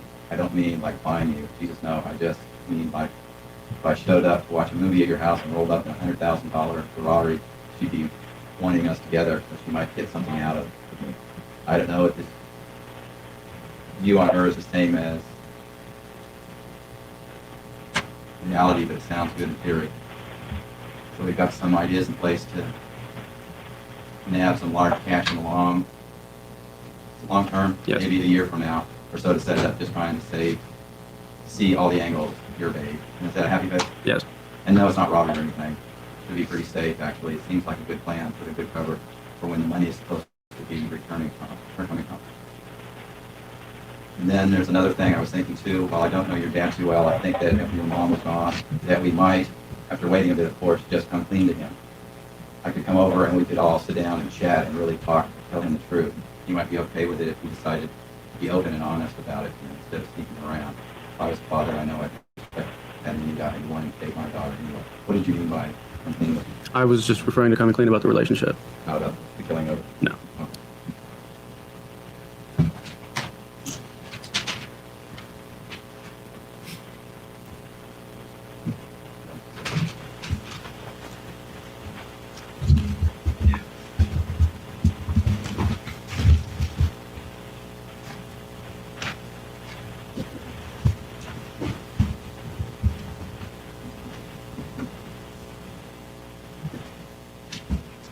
In the top paragraph.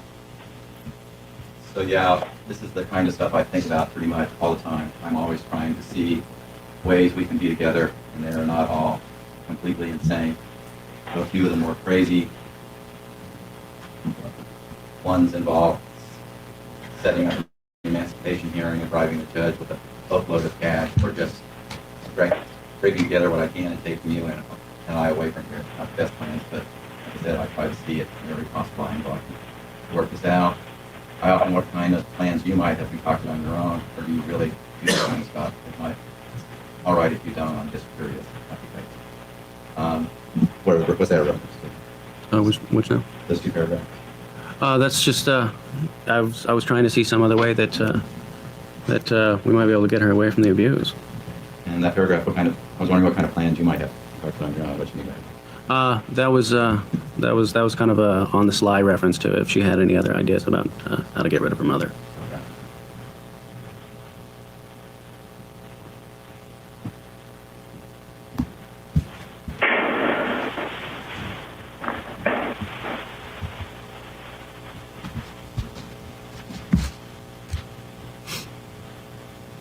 And do you remember typing this letter up? Yes. And how did you get it sent? Did you deliver it to her, or how did you get her? Most of the letters that I got to her, I just put straight into her locker when I was going to the Craig High School there for drama practice. Okay.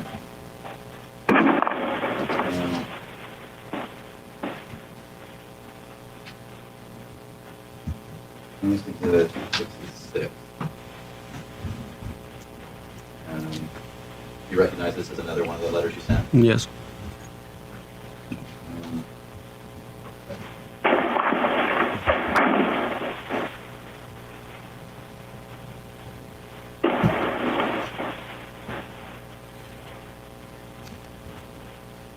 That was paragraph right here.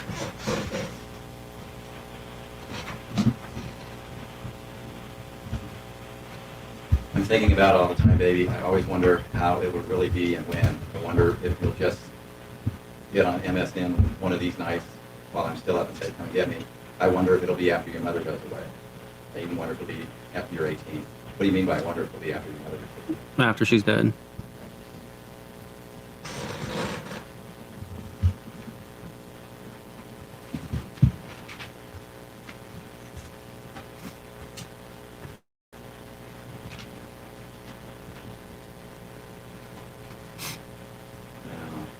paragraph here on the second page. I know it sounds terrible, I really do, but I was thinking about different ways that we could get together. Since Brian and I have a pretty damn good idea of making some pretty big money, I can't even believe I thought this. Remember how your mother was going to like sell you? What if I was able to buy her, or was able to buy her permission to be with you, more or less buying her out of custody? $100,000 would go a long way. I know it sounds terrible, but it was just, I was just trying to explore every conceivable option. Besides, if she was still around by the time the money comes through, and she still didn't go for it, well, the same amount of money is quite a bit more than I would ever need to hire a professional, if you know what I mean. Is that winky eye? Yes. Okay. And what do you mean by this? In the reference to professionals or the reference to the money? Well, let's start with the money. The money was a plan that we had to Wait. Brian and I. Okay. We were going to start a marijuana grow operation. Okay. And you figured you could get $100,000 out of it. Well, the particulars were more his area, but he said that he had a very rare strain that he could get a hold of or something, and that was kind of a number that he just spat out at me. Okay. So you're still coming out with ideas here about ways of getting you and Rachelle together? Yes. Okay.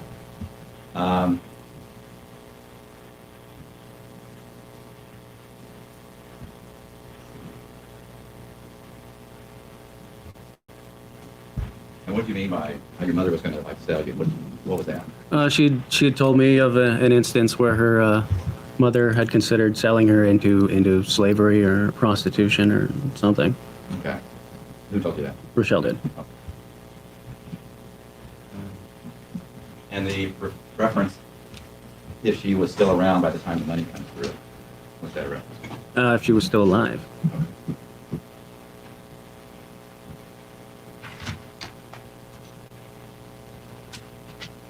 I seriously doubt her mom was going to sell her. 26-67. You recognize it? You go to the corner. Yes, I do. You go Another to one of the the corner. Give me a break. Yes, it is. Yes, let's go. 6. You got my number, boo. Oh, gosh.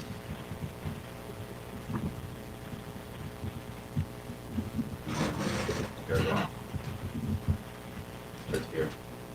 I'll be so glad when this whole thing with your mother is over. I know it's not like I'm going to be able to see you right away, probably, but at least you'll be safe. Dad, and to be perfectly honest, all this waiting and planning and thinking about it is stressing me the hell out. It'll all be worth it in the end, I know that, but it's just starting to feel kind of overwhelming. I don't know, maybe I just need somebody to lean on for a bit. Hey, somebody, right? Is that a wink? Yes. If it couldn't be you, it wouldn't be anybody. What was that a reference to? Which part? The first paragraph. I'll be so glad when this whole thing with your mother is over. Oh, with the whole thing with plotting to kill her. Okay. Where's her response? And then you said, I know it's not like I'm going to be able to see you right away, probably. At least it'll be safe. What do you mean by that? I figured that it would probably be safest to keep my distance until things kind of calm down a little bit, just to keep from drawing suspicion. After, Right, like, if she ended up, if she was, suddenly dead and then we have an open relationship 3 days later, then people would wonder, obviously. all right. Didn't take him that long. And it'll be worth it in the end. What do you mean by that? The worth it in the end was a double reference. The fact that without her mother's disapproval, we might be able to have a real relationship, and also it was a reference to her not having to worry about being beaten in the middle of the night. Okay.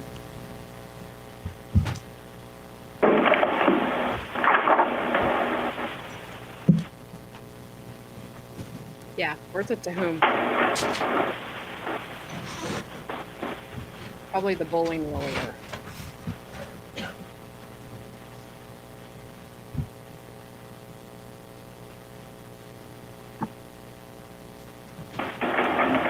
Now, those two letters I just showed you, this last one, 67 and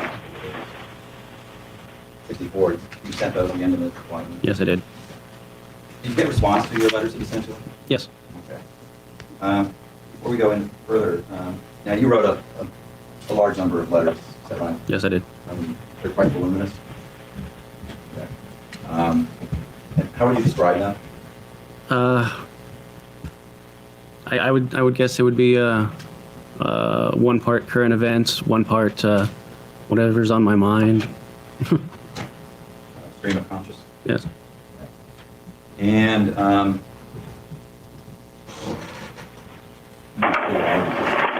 of all, Strike. Plaintiff's exhibits. First. Plaintiff's exhibit 64. Do you recognize that? Yes. And is that one of the letters you sent Ms. Waterman? Yes, it is. Did she just yell Plaintiff's exhibit stroke? 65. Do you recognize that? Yes. And what is that? Strike. Another one of the letters you sent Ms. Waterman. Yes, it is. Oh, gotcha. Plaintiff's Strike. exhibit. Sorry, that was 64, 65? Right. Plaintiff's exhibit 66. Do you recognize this? Yes, I do. And what is it? That's another letter. Plaintiff's exhibit 67.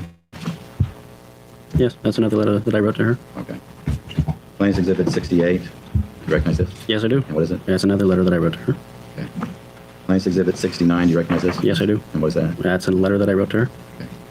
Plaintiff's exhibit 70. Do you recognize this? Yes, I do. And what is that? The same. 71. Do you recognize Plaintiff's exhibit 71? Yes, I do. And what is it? That's the same. Plaintiff's exhibit 72. Yes, And what is it? that's a letter to Rachelle. And Plaintiff's exhibit 73. Do you recognize that? Yes, I do. And what is that? Another letter to Rachelle. On the last page you write here, first party or something, let me know. I want to help out for you if nothing else. Unquote. Did you type that in there? Yes, I did. Did you send this last one here or not? Yes, I did. Okay, so you sent all these letters? Yes. What was the reference to this last part here? The last part was just basic damage control in case anyone read it. Okay.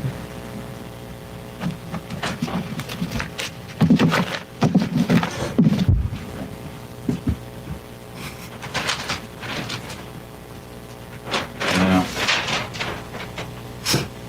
plaintiff's exhibit 57. And these have been previously identified by Trooper Claus, but do you recognize these as well? Yes, I do. Just a second. I think he said 57, is that Yes, right? ma'am, 57. Do you recognize these? Yes. And what are they? These are more letters that I wrote to her. Okay. And on the back of them, it says Rachelle, with a, looks like a happy face on some of them. Mm-hmm. And who wrote that? I did. Okay. And what's that a reference to? There's really no reference. It's just her name on the letter when I put it into her locker. Okay. Did you ever have John Wilburn deliver any of your letters? Yes, once or twice. Okay. Did he deliver any letters to you from Ms. Waterman? Yes, I did.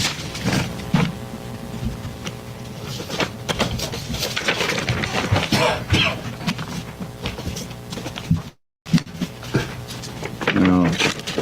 Also in Plaintiff's Exhibit 57, there's a handwritten letter. Do you recognize the handwriting on there?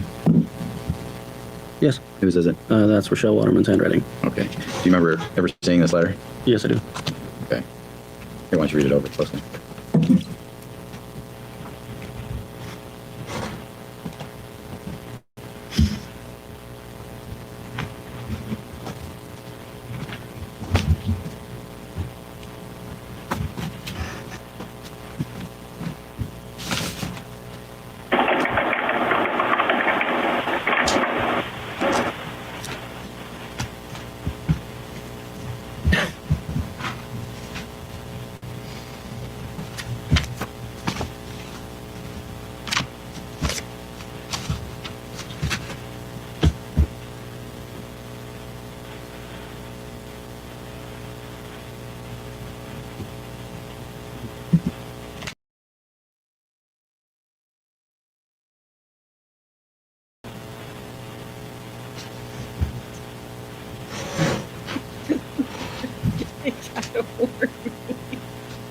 Don't do it again.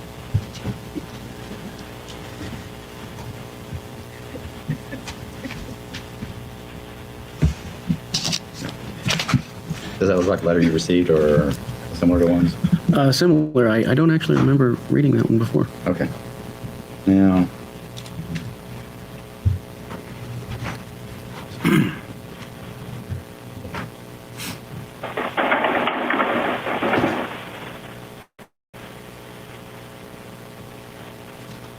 in one of the letters you typed and sent her, and you did at 57, there's this handwriting in here. Did you put that handwriting there?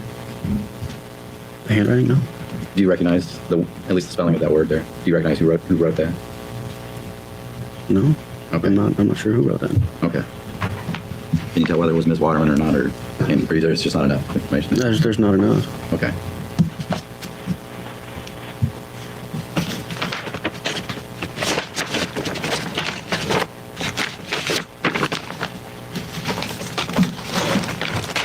This time I move to admit plaintiff's exhibit 57, Your Honor. I would object. There's no indication that he has not identified the handwriting on that letter as belonging to Ms. Waterman. They've already introduced that letter in, I imagine they're going to through other means. Well, Exhibit 57 includes multiple letters. Perhaps we should take that up at the next break. Okay. Okay?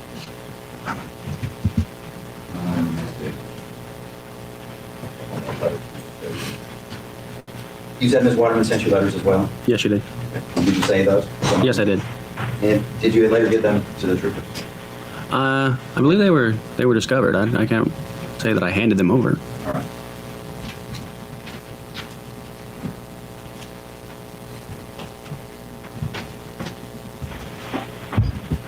I'll show you some smart plaintiff's exhibit 51. Some machine that's on.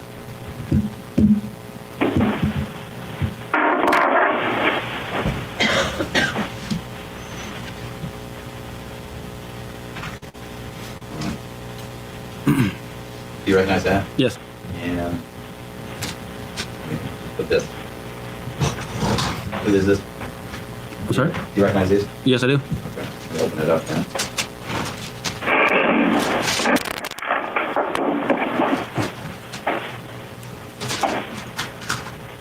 You recognize the handwriting of this?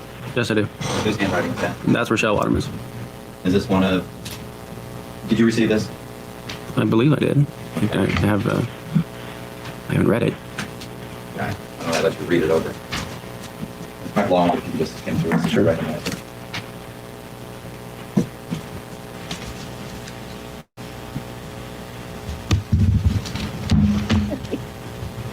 That's very bright, Carmen. You under interrogation? Yes, I received this. Okay. One of the ones you received? Yes. Okay. So then you do it with just lines through each, please. Put 1, 2, 3, 3 more letters. You just glance through. Are the 4 letters one exhibit? Yes, ma'am, they're all listed in plaintiff's exhibit 51.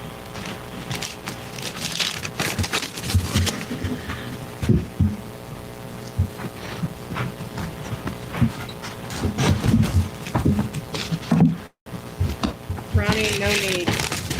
Ronnie, absolutely Man, no don't you ever need. apologize. Wait, what'd you because say about the Goonies? did this guy look like he was from the Goonies? Oh, hey, you Funny. guys. That guy? Ronnie, listen, I said this think is so. why I'm gay. Chunks? No. Chunks? No, Truffle Shuffle guy? no, that's Okay. not who I took. All right. Or maybe. I don't know. Well, I can't read Ronnie's before- mind. I don't know how to zoom it because, like, what I was gonna share. We don't need to zoom. No, not this. She knows what I'm talking. The Goonies? Yes. It shows people's names. Just edit that first and then do it. Like Just take a download it. take a screenshot of it and black out their names. Or just crop it. But that was hilarious. Everyone's like, what the heck was that? It infiltrated the stream real quick. Like, bam, bam, back. The mask with Cher. Oh, wow. Yeah. Like, this is his, like, second cousin twice removed or something.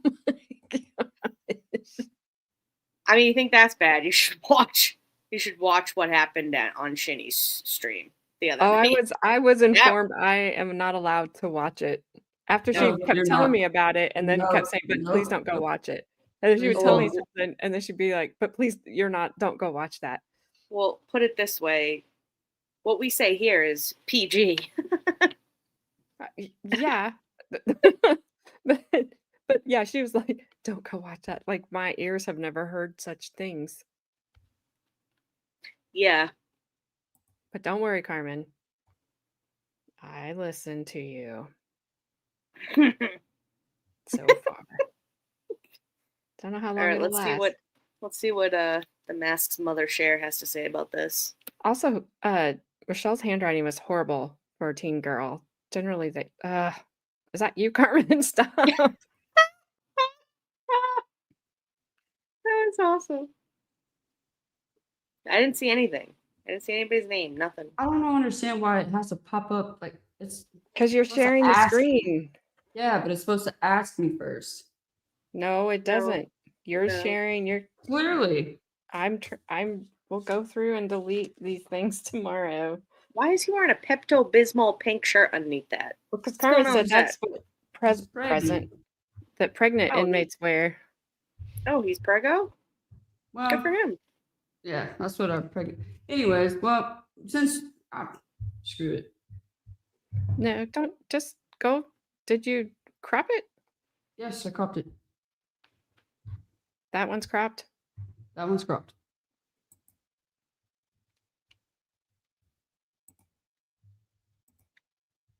That is how much I have raised, which is amazing for my gear. And then just to be transparent on what the total. What I want to is, know is who's someone. none of your that? business. I want to know. No. It's a great Um, name, though. So that's how much I've raised. And then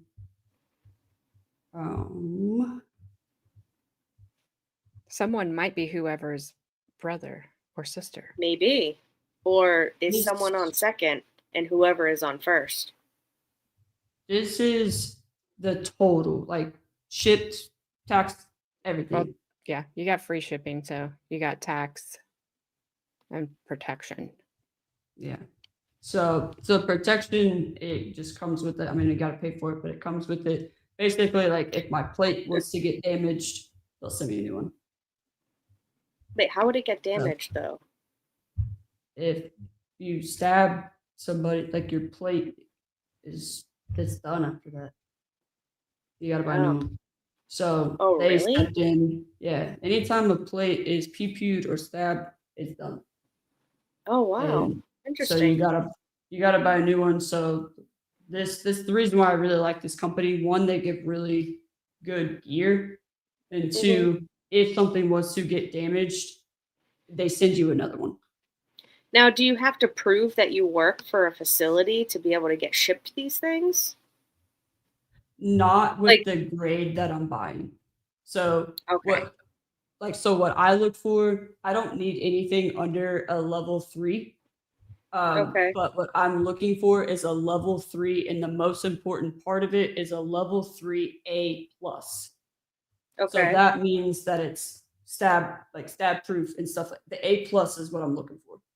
Gotcha. So Gotcha. that's what You this know what is. also is shank proof is a yellow book pages split in half and just duct taped around yourself. Yeah, as I could do well. that. But that's probably like an inmate kind of thing. Yeah, That's I could not go to an professional. I could go to an antique shop and go get that. Yeah, they don't even sell those. They don't even drop those off at your door anymore. They used to drop them right off at the front step. But that's what the total is, and then you guys just saw how much was raised. I'm like, what, 400? So is this just for the vest? Yeah, or that's is not this for, even like, a kit? including. So this is the. Let's go to the card. View card. Hey, Sticky, while So- she's doing that. Hi, This Sticky.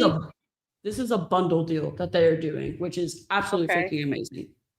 Okay. Because most of the time, when you buy a vest, you would spend this much in just. Wow. I mean, he had pretty nice arms. Yeah.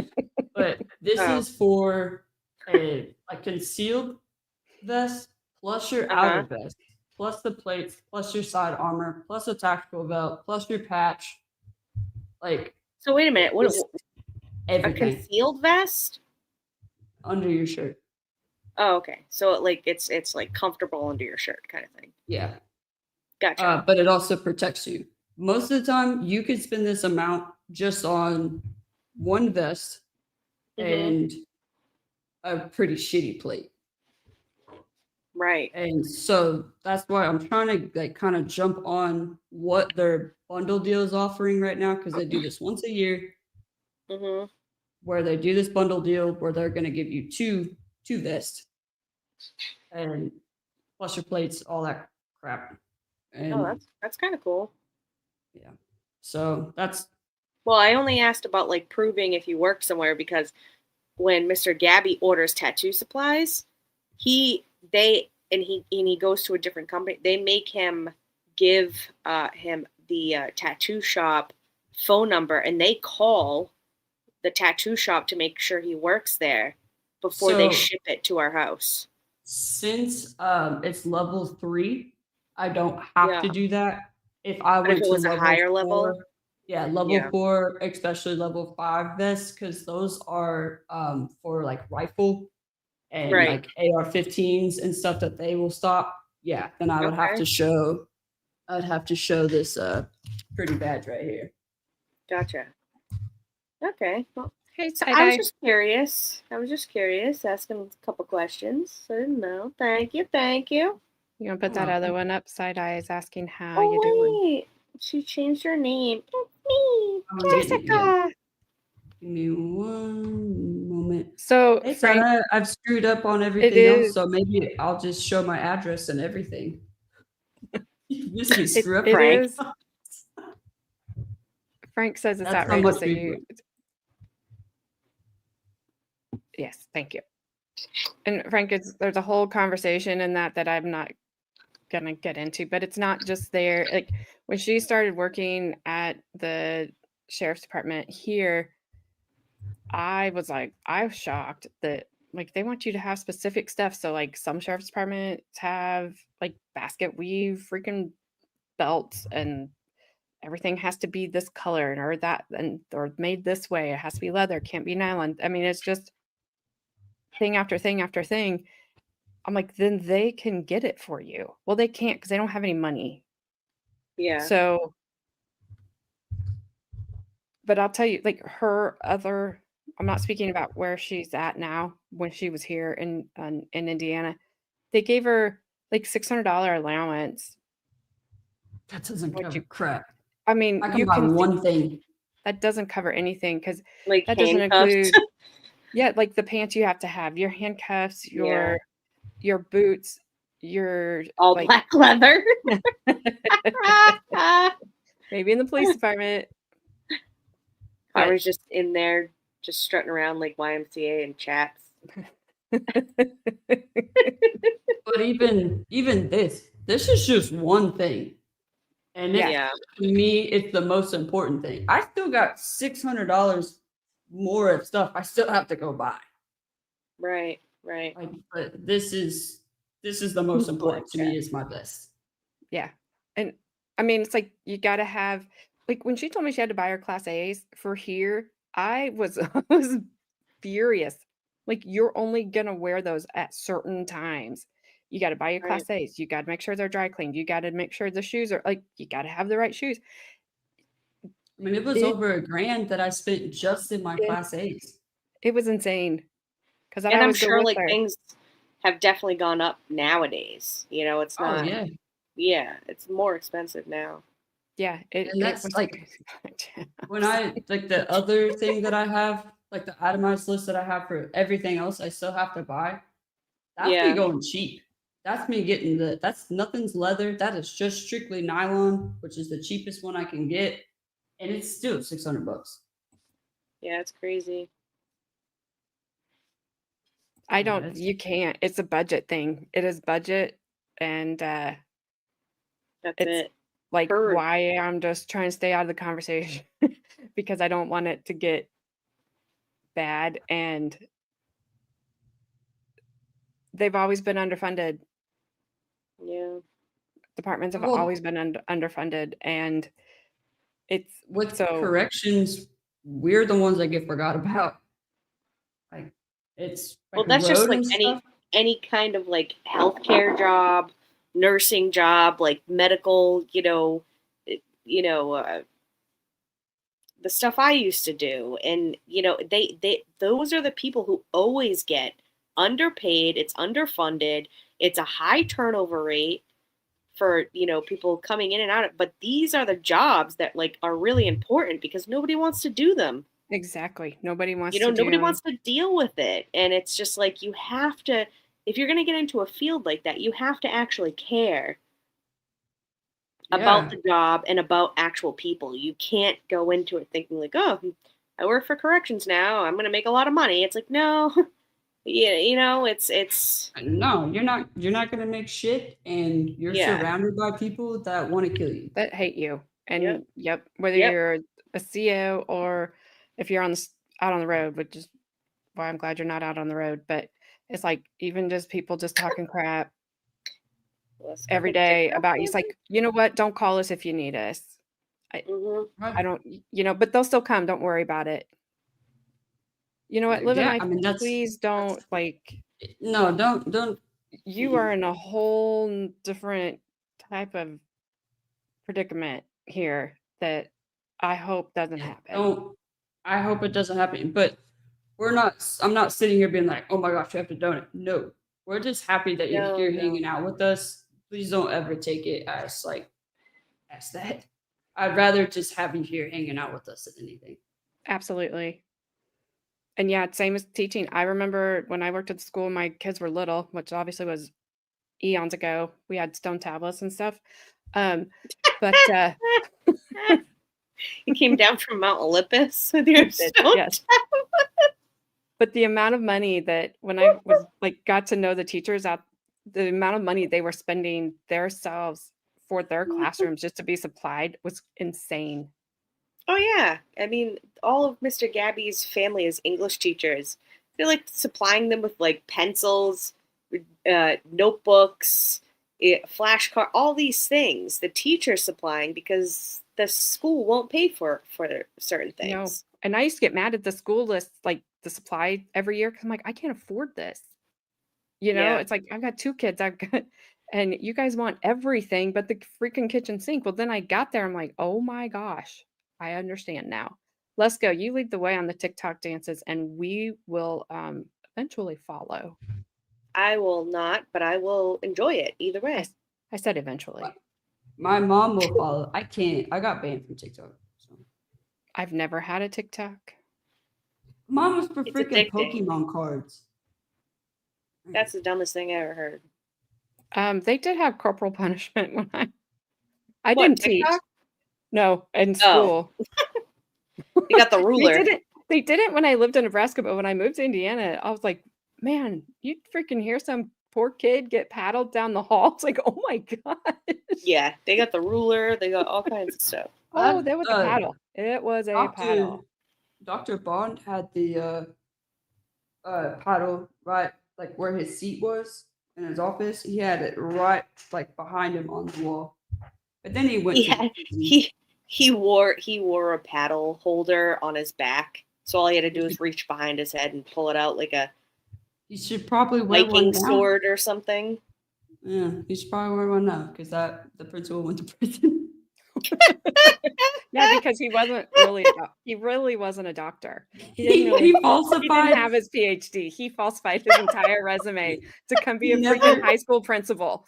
Yeah, he wasn't in the military, didn't have a PhD. Oh my God. Living in his mom's basement, falsified all these documents.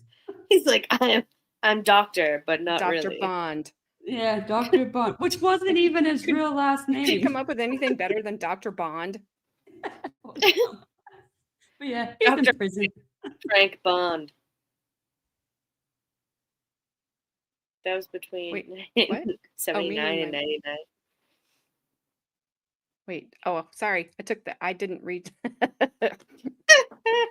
You His read the name one could have been Jack previous. Black. Yeah. Well, Yes, Dr. James Bond. Dr. James Bond.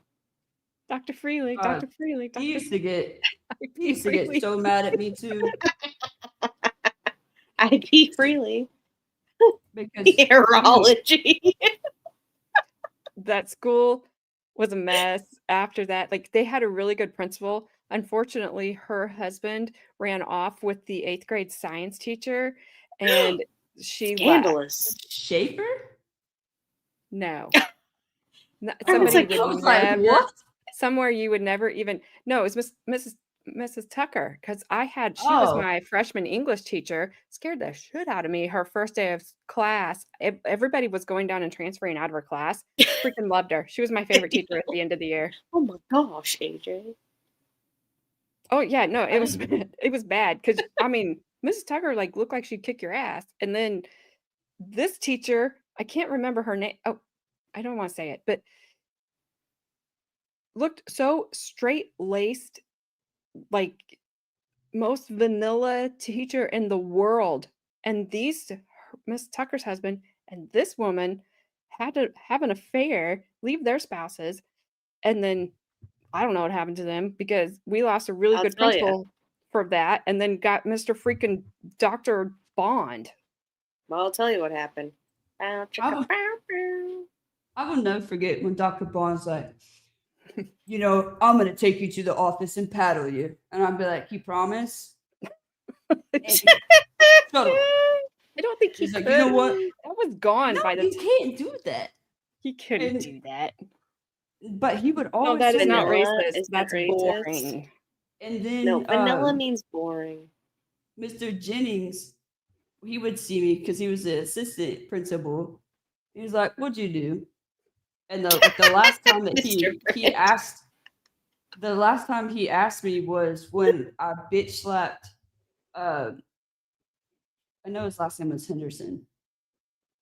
I can't remember. Harry his and the name. Hendersons? Yes. Harry and the Hendersons? Yes. But he kept I sat in front of him in child development class, and he kept yanking on my ponytail and just being freaking annoying. And I kept turning around and I said, "You do it again, and I'm gonna bitch slap you." He thought with my hand. No, I'm going to take this thick hardback book and hit you across the face with it.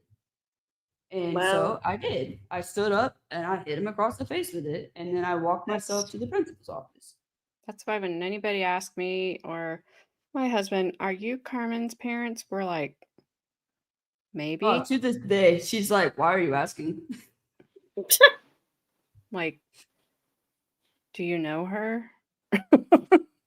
Yeah. In what way do you know? Do you know her in a good way? Do you know her in a bad Are you Carmen's mother? Why? Who Why? are you? way? Literally what Pretty she asked. much. Why? Maybe. I Who's might be. it? I don't know. I But, may know her, but why? Yeah, it's like, because anytime the phone calm- rang, it was like, gosh, dang it. I Carmen? calmed down a ton. Yes, I'd be like that. She'd be And like, then "What the corn did she do now?" And then every once in a while, it would be about him. And it's like, what's happening? The good one? The good one? We had to switch it up. And I was like, "I'm going to corrupt you. Go do this." At least I went. What do you mean? He's saying at least, at least I went to school. Oh, yeah. He's talking about when he skipped. Yep. I'm so proud of you. Such a straight A student. He skipped school. He skipped one time, didn't get caught, and then he was like, free pass. Yeah. And then I was Until like, hey. one of his teachers was like, hey, your son's not been to school. It's like, oh, Shame, really? Yeah, because he didn't do it right. If I didn't show up at school, they're like, okay. You He was a tested straight the A waters, and then you drove off in a speedboat. And then you ended up in a puddle somewhere. Yes, he did. All right. I'm hitting play because I know you guys got to get to grandma's, and we still got like another hour. All right. Oh, shit. It is Monday. Nice. Okay.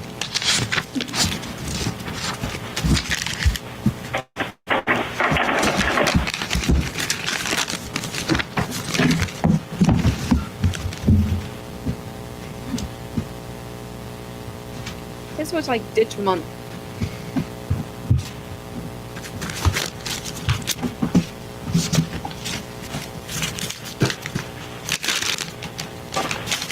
what the evidence is actually in those papers.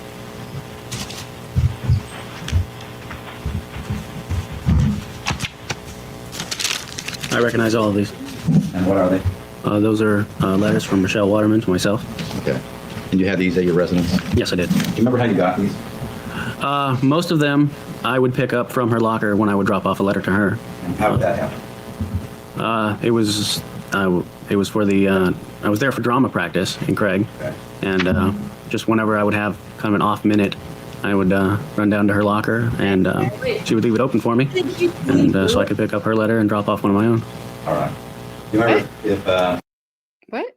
He just said that he went to drama practice. Isn't he 24? Yeah, he probably just went and watched her like a weirdo in the audience. Yeah, but he opened those papers like he was a squirrel. Well, and Every time you pause him, his eyes are closed. It's hilarious. Sorry. that's okay. Muting. I just want to know why he was even there. You're It's that 24 years creepy. old. It's the creepy dude that comes watches an after-school activity. Schools. That's disgusting. Have you ever seen He's handcuffed and leg shackles. that movie, Dazed and Confused? I know I what. thought I lost my handcuffs. I've heard of it. There's always the older guy who just hangs out with the high school kids. This is him apparently from Alaska. This is what you get in Alaska. He's over there freaking like handcuffing himself. He's like, fucking weirdo. He is. He's There's handcuffed. something All right. on these. Oh, ew. Mr. Wilburn dropped any of these off? Or was that what number? I know he did once or twice. I couldn't say which letters they were. Okay. And did you save all the letters she gave you, or? Yes. Okay. What part? Just these four then? You know, if I would have had to make a guess, I would say that there would be more somewhere. I can't imagine where they would have gone, but I thought there would be more than that. All right. I'm going to show you one of The Tim's. trash. Threw them away. First page begins, once again, I'm done with my work early. I'm going to go over several pages.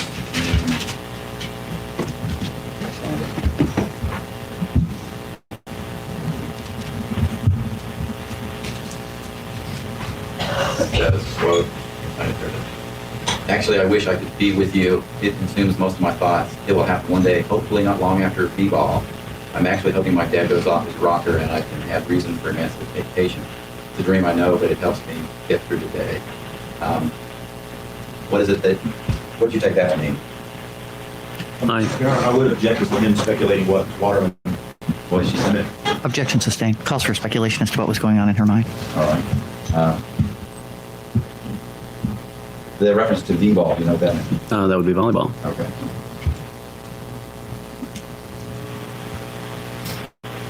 I'm tempted to take a quotation honey trip quotation myself. Guess what my mom is wanting me to do by threatening me? Go out with Ian again, and I know why. Because she figures when I'm with him, I won't smile. Because he won't allow it, even though I'm clean, sober for a while, long while, too long. Also, since he's so controlling, she could just ask him where I am at any time, and he'd pretty know. Isn't that sad? I told her it's not going to happen. She threatened me.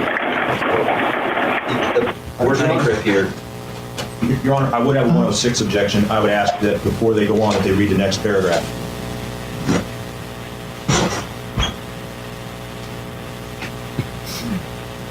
If you could, Mr. West. Sure.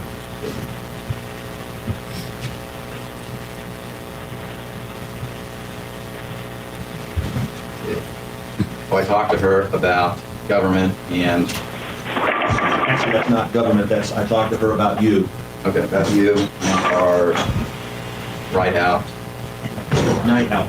Night out, we sat in the ballpark and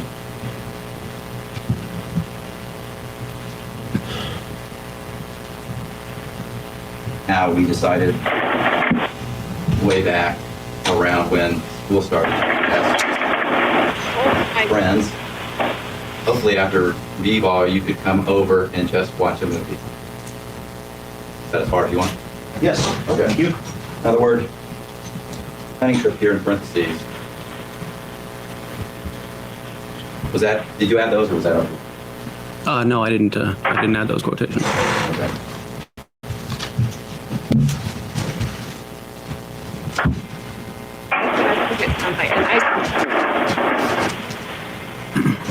All I need to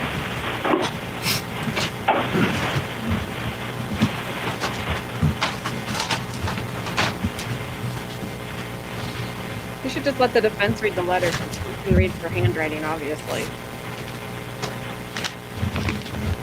I moved to that Plaintiff's Exhibit 51, Your Honor.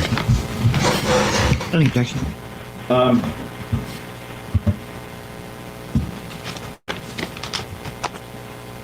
No objection. They are admitted.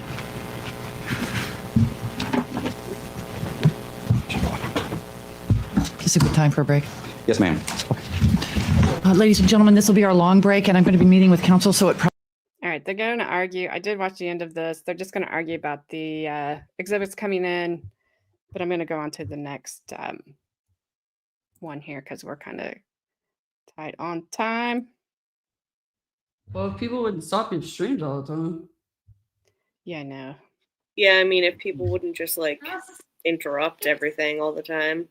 Yeah, we'll get as far as this in this one as we can because I don't know that we'll be able to get through it all. Shut up, It's Brandon. an hour. Yeah, whatever, Brandon. Sorry. I know you guys She can hear even that, said, but I "Ooh, that's the good one." oh no, I'm sorry. I'm sorry. Oh my God. Nobody yeah, else that's is sorry. So the sound that we're hearing is from this dude's lawyer is on the phone, just like the Brian Riddell's lawyer had called in. I don't know if he's driving over because he couldn't be there because the flights were canceled from somewhere. The judge said, I don't know. So I don't know if he's like driving over like icy Is he, like- roads. Is he making like 9/11 happen on the ground? I don't know. Like, He's That's a bad joke. That's a dark yeah, it joke. is. That's why I wasn't laughing. he's just sitting on his couch crumpling paper for no reason whatsoever. He's sitting there. He's like, the only reason I defend you is because I also He's live in using my a mom's potato basement." phone. I like I that don't one. know. He's using a potato phone. I don't know where he is, but there was not a mute button apparently back there. He's at the craps table. No, let's go. It's hard to like horses, jacked up legs. It's best to put them down, right? No, it's best to put him in Wow. the vet. Let's go. Good lord. That's horrible. Well, Go get your dog's leg fixed. See, other brands have negative. Oh my god. Oh man, I'm going to hell for laughing that one. Yeah, I'll see I you can't there. believe you laughed at that. Wow. I'll see you there, bestie. Let's We're gonna have a great time. There's gonna be If great you- music. There's gonna be go. If you have to go to the vet tonight, then guess what? You have to go to the vet tonight. I didn't know that you were talking about. I thought you were just making like He's a talking broad. about his dog. Oh no! I take back my cackles. No, take the dog to the damn vet if it needs to go to the vet. Dang it. I thought you were Don't make us talking yell about at you. yeah, dang it. something. I took your joke wrong. Good lord. Even Oh, the good ones. look who got it. enters. Look who enters after we Wow. said all that stuff. Y'all. Mama Y'all. Wow here. Mama Wow. She has That's perfect that wow. timing. Every time we're saying something bad, she's like, y'all. Don't try to Oh, gain no. an audience now. I'm not. I've already messed it up like 4 times already. Oh, I yeah. could picture KWOW just standing there with her hand on her hip. You know, giving us Y'all. all the side eye. Yeah, she's like, y'all.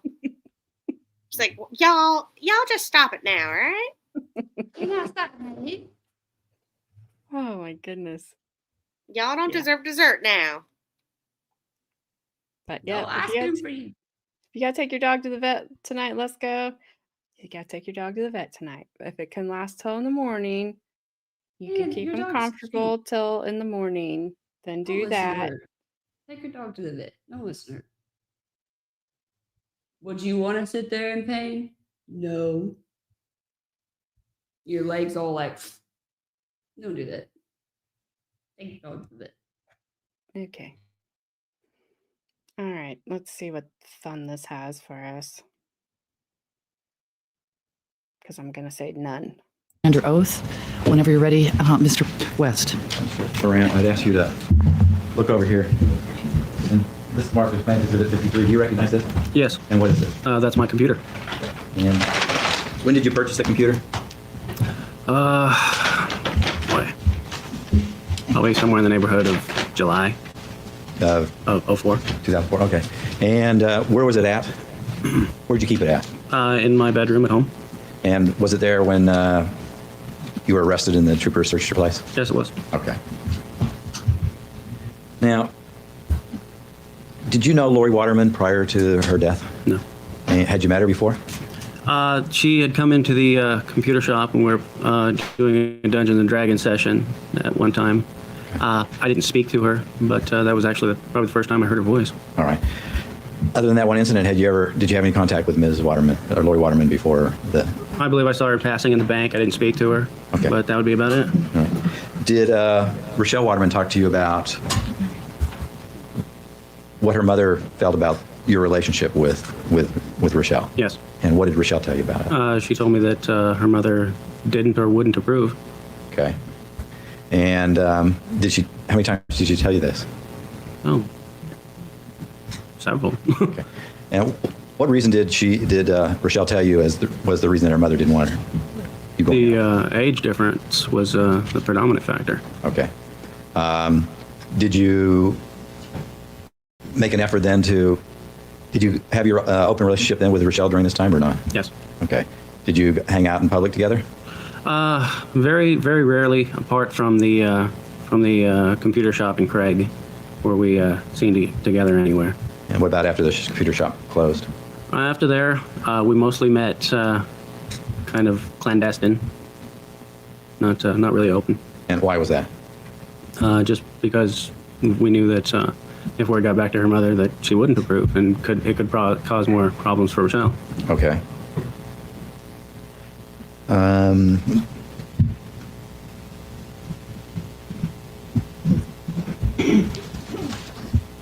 Now, how did you find out about the fact that Lauri Waterman was going to be alone at home alone on the weekend of November 13th and 14th, 2004? Rachelle provided that information. And how did it come up? I mean, how was it that she? Well, we were always sort of planning or plotting, if you will, different scenarios, and I don't even remember if it was on the phone or online or what, but she mentioned that a good window of opportunity would be coming up when she would be going up north for volleyball, and when her dad would also be gone from the home. Okay. And now, when did you all find out that she was going to be out of town on the volleyball tournament? It was probably no more than 10 days before the fact. Okay. And what was the reason for that you didn't find out until then? I can't really speculate. Okay. Now, one thing I forgot to ask. When you were trying to be with Rachelle, and you said you had to do it secretly, did you join things so you could be closer to her? Yes, I did. At the drama practice that I was going to, I mostly joined because she was going to be involved, Okay. which later she wasn't. But I came and chaperoned a dance there. She asked me to come and do that because she was going to be there, Okay. things like that. And did you go to sporting events because of that? I did go to one of the volleyball games, yes. Okay. And where was that at? Do you remember? That was in Craig. Right. Any of them that were in Cloak? There was one in Klawock, but I was only there because I was working at the time. Okay. Now, You testified that Ms. Waterman told you that her mother was going to be home on that weekend. Did she say anything else other than the fact she was going to be home that weekend? She gave us the way to get into the house. Which was? It was through a basement window. She said it was the place that she usually snuck out at night. Okay. And did she say anything more than that? As far as getting in? Yeah. Not that I recall. Or did she say anything about that weekend being a good weekend or not, or what? Did she say anything about that? Well, she said that would be a good opportunity, yeah. Okay. That was why she was mentioning that her mother would be home alone. Okay. Did she say where her father was going to be? She said, but I don't recall. I think he was going to be here in Juneau, but I don't remember. Okay. And did you ask her for anything, any like schematics for the house? I asked her for a basic layout. Did she give it to you?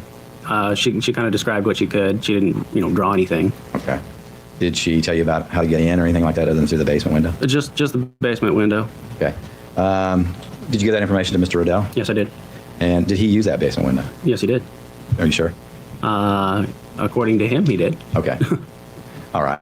And she tell you which basement window it was? It was on the left side when you were facing the front of the house. Okay. And she didn't say it was like somewhere else on the house other than the left. You looking at the house, It would be on the left wall. okay. What's on the left side of the house there? Do you know? I don't know. Okay. And did you ask anything about keys or anything like that, or? No, I don't believe so. Okay. So that never came up? No.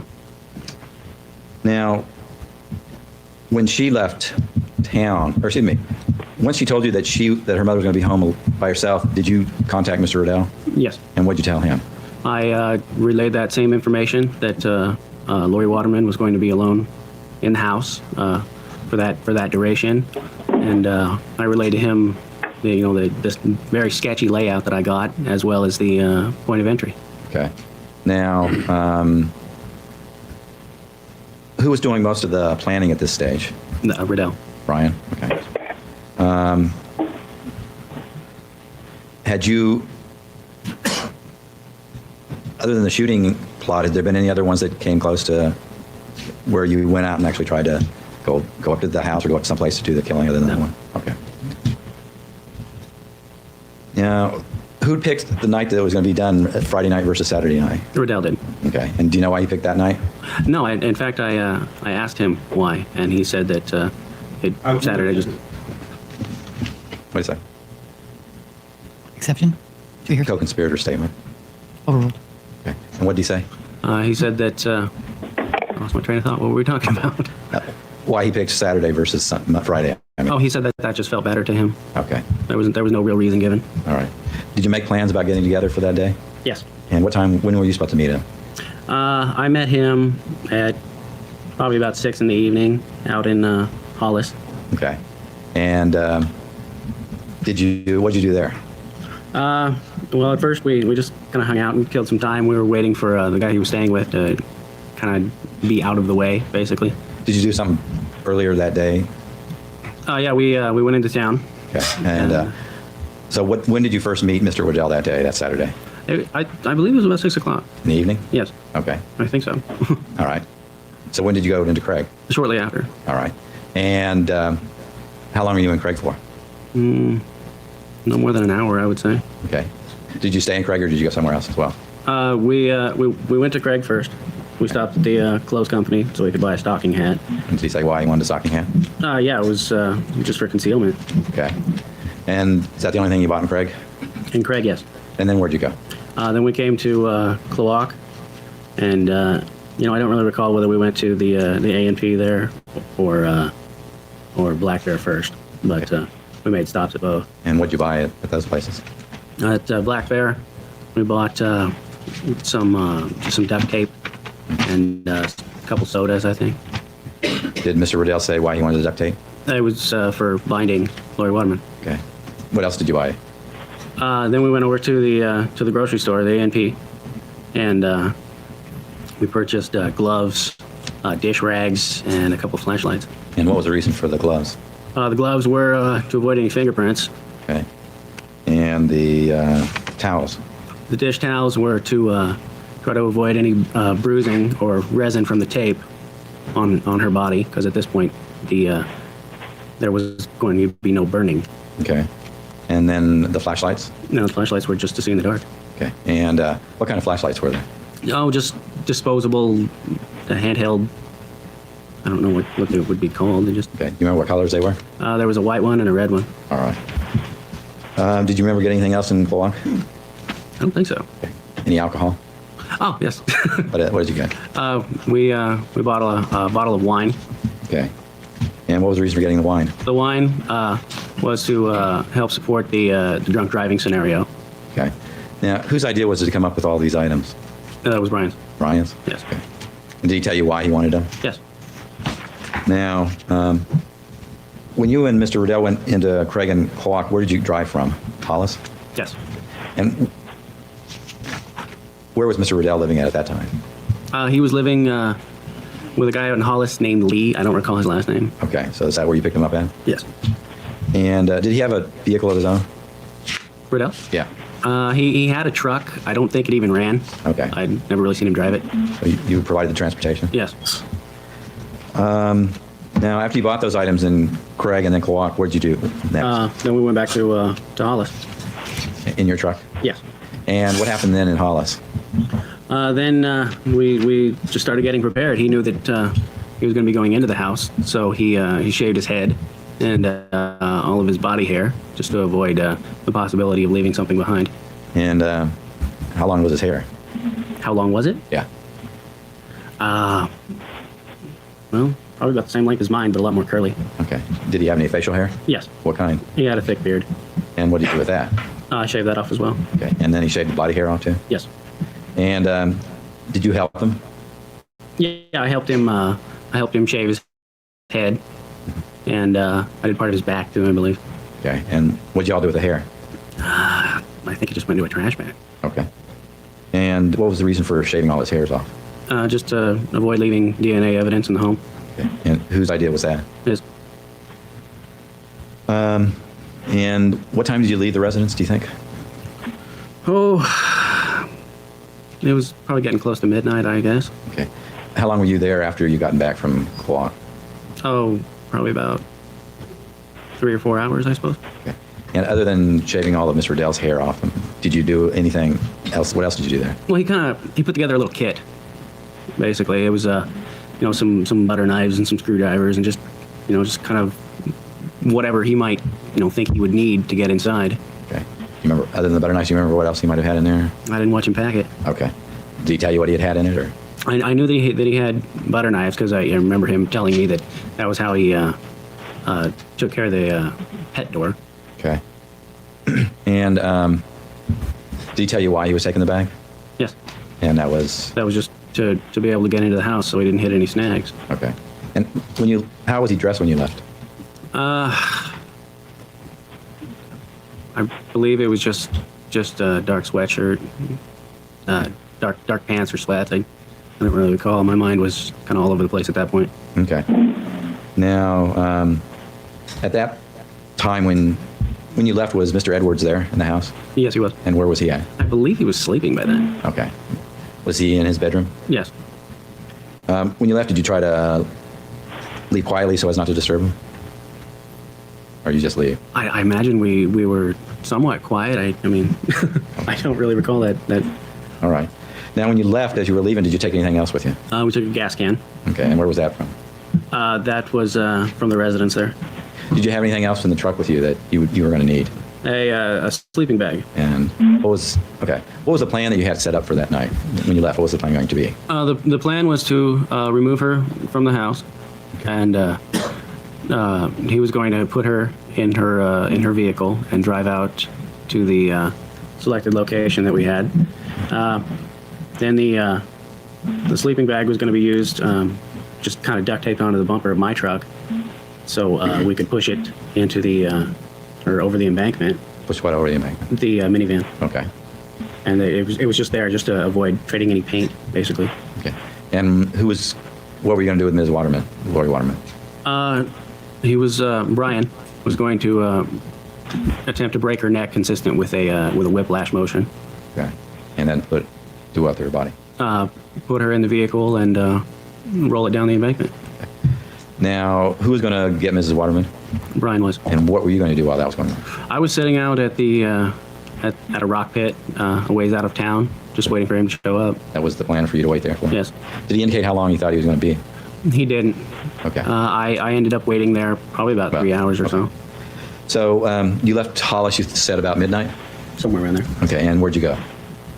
I brought him into Craig Okay. at the dock there where he lived, just so, you know, by some odd chance that someone might have been watching, it would look like I was just taking him home as usual. Mm-hmm. And he jumped out and I drove away to where I was going to wait. Okay. So you didn't stick around and watch him leave or where he went or anything like that? And where did you go? I went out to the rock pit to wait. And what rock pit is that? I don't even know if it has a name. It's on the way to Thorn Bay. Okay. I'm going to show you a map. Identify certain spots here. Okay. I'm going to show you Marcus Plains Exhibit 59. You recognize it? I'm terrible at reading maps. Yes. Okay. What's that look like? It looks like section of Prince of Wales Island. Okay. And do these locations that have been identified here look about right, Craig and Block? Yes. And where did you wait at? Right. Right there, where it says rendezvous point. Mm-hmm. And did you know where you were going to take the van to wreck it? Yes. Where was that at?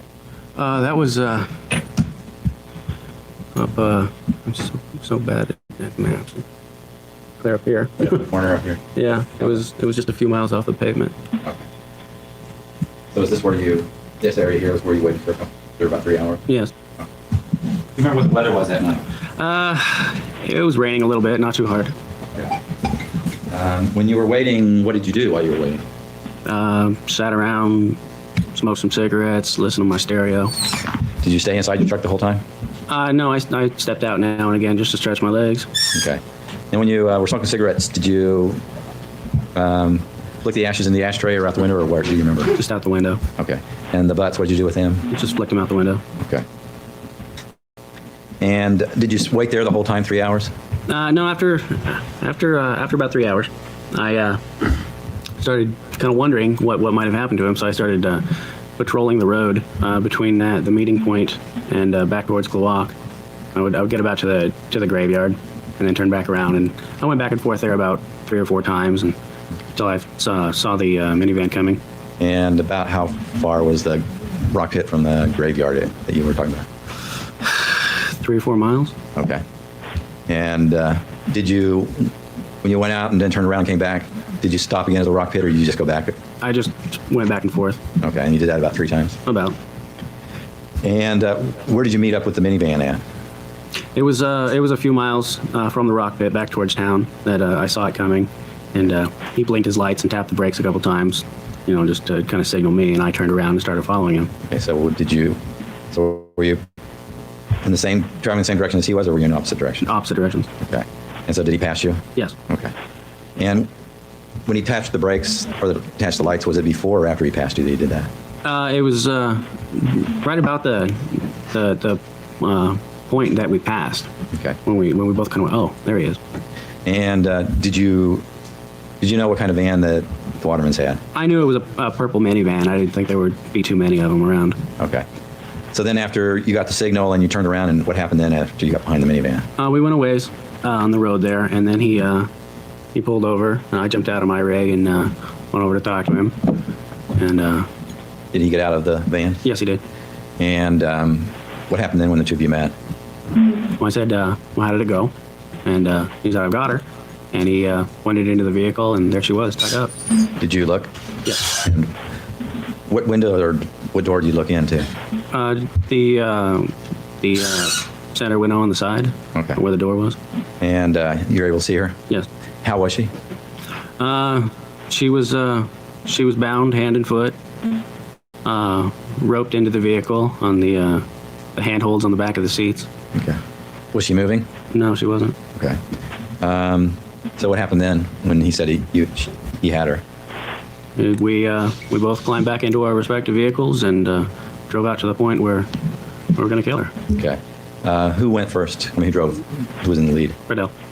In the van? Yes. Okay, and you follow behind him. Right. Now, when you got out to the area where you had where you was going to do this, what happened when you got there? We pulled into it was kind of just a wide spot in the road. Okay. Pulled over on the side of the road. He opened up the side door of the van, started untying her. Where you going? Where did you park at in relation to the van? Oh, just behind it, Okay. maybe 10 feet. Were any of the lights left on? I believe I left my headlights on. I mean, I probably would have, I'm sure. Okay. Now, when he took her out, which door did he take her out of? I was out of the side door, the sliding door. Okay. That would have been the passenger side sliding door? No, it was on the driver's side. Okay. Are you sure there's a driver's side sliding door? That's the way I remember it, but Okay. I could be wrong. So he pulled her out of the sliding door? Yes. And what happened? Had he done anything before he took her out? I can't remember if he set the garbage bag on the ground before or after opening the door, but one was laid out. Okay. What kind of garbage bag did he put on the ground? Just a black plastic bag. And what was the reason for doing that? That was to keep her from getting too muddy in places that wouldn't have been muddy if she had been in a car wreck. Okay. And then what? You said he took her out? Yes. Did you have to untie the rope? Yeah, he untied the ropes. The dish rag and duct tape bonds were still in place. Okay. Did he have to pull her out of the van or lift her out of the van? Yes. Yeah, she was so inebriated at that time that she wasn't really capable of moving on her own. Okay. How could you tell that? Well, she just was very loose. She couldn't even hold her own head up. All right. Then after he pulled her out of the van, what did he do next? He held her up on her knees, stood behind her, and then made the first attempts to break her neck. And what did he do there? It was he put his hands on her shoulders and tried to whip her head back and forth to break her neck. How many times did he do that? Half a dozen. Okay. Did that work? No. So what did he do that? Then he went for the movie approach, Which is? was just to grab the back of her head and her chin and twist, And what do you mean by twist? turn the head around Okay. to try to break it. All right. And how far back did he get her head? Easily 180 degrees. Almost completely around. Yes. And did that break her neck or not? I can't speculate whether the bones broke. I know she was still alive at that point. All right. So then what did he do? Then he laid her out on the ground Okay. because she was already so muddy at this point that it didn't really matter anymore if she got any more. And he took one of the flashlights and started to strike her in the throat to collapse the windpipe. Which flashlight? I don't remember which one it was. Was it this one of the ones you bought? Yes. And where was the flashlight at? They were both in my trunk. Okay. Let me show you what's marked for identification as Plan Exhibit 44. Apparently, I've already did that. You recognize it? Yes. And does this look like an item that you would have used? Yes, it is. And you know which hand he was gripping and which hand he was using hand strucking? He held it in the normal fashion that one would use just to use it normally, and he struck her with the butt end of the flashlight. Right. Yes. And how many times did he hit her with that? Easily a dozen. And where did he hit her at? Right in the throat. Okay. And she was lying on the ground at this time? Yes, on her side. On her side? Okay. And where was he at? He was standing behind her. Was she doing anything when he was hitting her? Aside from some various noises that I would care to forget. Not really, no. I think she was beyond struggle at that point. Okay. What were you doing during this time? Well, at first I was watching, but after about the third blow, I couldn't. So I Third turned blow around. with the flashlight? The third blow with the flashlight, I turned around. Okay. And then what? What'd you do? I threw up. Okay. And did you stay turned around from him the whole time he was hitting her? Everything's kind of a blur at this point. I can't really remember. Okay. And how did you tell he was still hitting her when you were turned around? The sound was unmistakable. Okay, you could hear it. Yes. So then what happened that you remember? Well, she was still alive at that point. She was still breathing. And so then he just put his hands over her mouth and nose to cut off her air and waited. Okay. And waited for what? Waited for her to die. Okay. And she did. Yes. How long did he? Oh no, Mr. Riddell said, you guys took turns putting your hands over her and you timed it. That's pretty specific. He gave the time that it took, 4 minutes.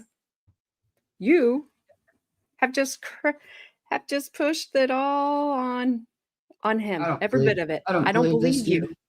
No, You know, this is exactly what I was expecting from him. You know, I was waiting for his testimony, and this is exactly what I was expecting he was going to say.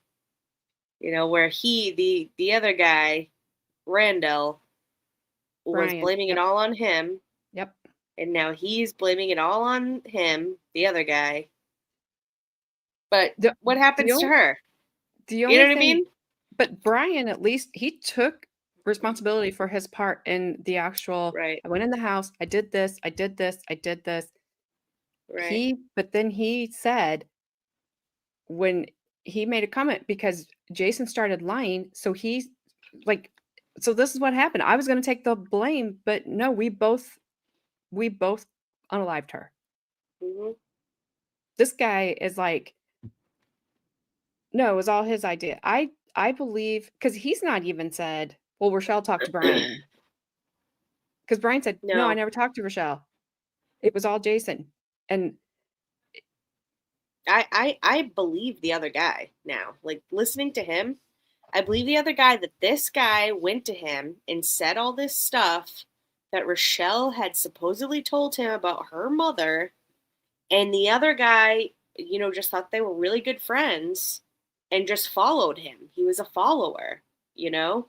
yep. And who knows, he may have had um still feelings for Rochelle at the time, you know, and just really wanted to help out or whatever. It doesn't matter. Like, that someone lost their life here, right? Yeah. That's the end of the story. And the way he's telling it right now, he's just a pizza ship.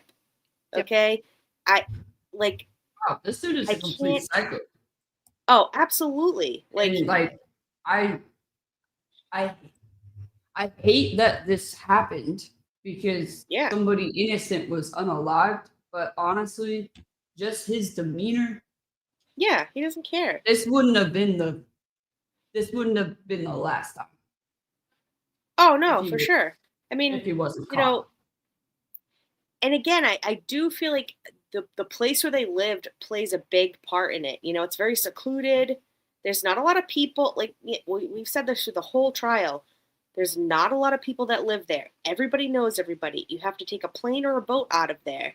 Everybody who lives in Alaska around this place, they're all locals. They all know each other. They're all either ex-cons or whatever, and they go to Alaska to disappear. You know, they don't want to be known and anything anymore. So they go to these places to do whatever they want to do, you know? And just like you said, Carmen, his whole demeanor right now is just, I want to rip his dirt mustache right off his dang upper lip. Let me tell you, I bet it smells like fucking Cheetos, but you know what? Ew. I'd like to do it. I'd like to do it because As long as you don't ruin Pringles for me. Oh, you got, what kind of Pringles? hot Derailed, ones. sorry. That's all right. The hot ones. I don't They're know. I freaking just, hot. Good. If I you don't just like can't. spicy things, they're freaking hot. I don't. I mean, I like Go ahead. a little, but I just Like can't. I that's why I had to leave because I was like, oh, they're hot. She's like, I need water. But yeah, this is just ridiculous. Nobody will go looking for you in Boston, and it's closer. Just much more annoying. I would Wow. come looking for you, Gabby. F I you, don't let's think go. I don't think he was talking about Gabby. Oh, well, if he was, He was just- I stand by what I No, he said. probably- and He I probably, stand by what I said. was. no, I I think stand he by was. what I said on Lesko's. I stand by what I said on Baker's when I called you a sissy girl. in No. Spanish. I think he was talking about just the fact that you were talking about this island, Prince of Wales. Oh yeah, yeah. Well, that's the thing is, I mean, sometimes we get like too deep into the case and we forget where the actual case is from. Like we just think it's like where we are, like wherever we are in the world, and it isn't. It isn't where I live. It isn't where AJ lives. It isn't where Carmen lives. It isn't where any of you live. It's in this specific part of Alaska. It's a completely different world than Yep. here, and that has to take into account the way that these people think, the way that these people are talking, the way that they're, it all has to take into account to the case and the trial. But I don't think she takes the stand. Am I right about that? I don't think she does either. And we're almost through with the Yeah. state. So It would have been interesting to see what she had to say about any of this. But in my mind, it's like him and the other guy, but more him. Like listening to him now, like it's more him who did this whole thing and like manipulated the other guy into doing more than what was actually necessary. It's just too this much. dude is professing his undying love for her after Yeah. 2 months. Well, I mean, it was he probably went the on first. Shakespeare. He was like, Rachelle, please come down here. I don't know why he sounds like Dracula. I don't know, but because He definitely doesn't look like Dracula. he doesn't like the light though. But I don't know. I mean, he's old enough at that time. He's old enough to know better. She's not. And I'm not excusing her, but I'm saying like her interest is going to change with the next breeze that goes by, and he's like wanting to run away and marry her. It's bad. Well, I mean, she's probably, she's obviously the town bicycle, the town doormat. She probably flashed her cooter to every goddamn person roaming the town. So of course he wants to marry her up. I mean, look at him. I mean, come on now. This is probably his first girlfriend ever. And I hate saying those things, but I mean, you grow up in a town like that in Alaska. There's not that many options out there, yeah, we're not trying to be mean, but it's No, like we're not. bullies are real. Bullies are real things. Yeah, And it doesn't matter what he they look most- like or yeah. whatever. But he most likely was bullied. This probably really was his first and only girlfriend. I'm not excusing his actions by any means. They're horrible. No. But But it's just one of those things. In a case, it's just people who are into like nerdy things do crazy things for that one person, because they're that only person that actually showed them any kind of love in their life. Right. So they're like, oh, I'll do anything for her, Absolutely. like whatever. And he said he would. I'm like, But- you're a couple months, like you aren't marrying this girl. I hate to tell you that. No, Right. because like just Brandon just said, on the flip side, she had been ridden more than the mechanical horses in the front of Walmart back in the day. Absolutely. That only takes a damn He quarter. didn't even get a quarter. He didn't. Well, I think he caught more than the quarter. He caught Oh, chlamydia. He probably got more than chlamydia and a quarter. But he was down with it. He was down with the clown. You know what I'm Yeah. saying? I mean, Woo, like- woo. You know what I mean? He was down with the some- sea. Yeah. I know that like we've watched Grandma, giddy up. Hi. Hi, Grandma. Hi. Grandma, I'm trying to Grandma. get done. We've I been love your super box. derailed all evening. But Yeah. this dude, sorry, I totally forgot Papa. what I was saying. Well, you had brought up Frank's message, a hussy in a husky town. Yeah, that made me laugh. But That's a good one. That's a good one. I just can't with him. I mean, like, Yeah. I know what I was gonna say. Yes. Who believes that we've watched a lot of bad trials, and we have like watched some really bad parents walking Yeah. around. But if your friend who really looks like she's living a very normal life, she's playing Right. volleyball, she's in choir, she's a good student, her mom's a freaking teacher. I think she was a Yeah. special ed teacher. So it's like Her she's dad loves Girl traveling. Scouts. Yes, we're not bringing that up. So, it's like there's all these things normal that are happening in her life. Right. The one bad thing her mom said about her, which she should not have said, was about her weight. And So that can cause a whole. unalive them. I'm just saying, like, she could have sent Rachelle down like a whole eating disorder avenue. That's fine. Well, that's listen. an I'm just eating saying, like, disorder if avenue. That's not if they walk up unaliving. to you and they say, "My mom wants to sell me," Yeah, and you're that's a like, whole other thing. That's a that's whole a other thing. whole different thing. Did And they you're just show like, anything about her blog? Is there anything online or Not yet. anything like about? That's what I'm waiting for. I was waiting for They've this not- witness, and I'm waiting for the blog. Because they've there not has shown to. anything. I mean, Also, if you guys They know, don't show it? no spoilers. yeah, no spoilers, please, if you've seen this. Oh, But I thought you just said that they don't show it. I was like, what the hell? Why am I Well, I mean, Well, they it haven't shown anything so far. well, I it know, would be but I thought you said interesting. That's why I said it would be interesting if she took the stand, or we heard something from her specifically, or got to read her blog. That's what I don't understand. Why isn't her blog coming into this? Because then it would make more sense. Then I would have more, like, a better like determination if, like, she had more involvement in it. You know what I mean? Because then, like, she would be saying all this stuff on her blog. Obviously, this guy, her boyfriend at the time, whatever horrible choice, but is reading the blog, then he's telling his friend about the blog, and then they believe then they're planning all this. Like, where's the blog? Yep. You know? Let's go. What I've gathered kind of through their messages back and forth, I'm thinking 100,000. Oh, I just said 400. Yeah, I saw that. That's For just what? I needed. I think she was claiming just her grifting. mom was trying to sell her for 100,000. $400? No, Carmen's just put a number out I'm there. being stupid. Oh. I'm being stupid on what I need for to buy me a coffee. She's actually answering the actual question. Oh, gotcha.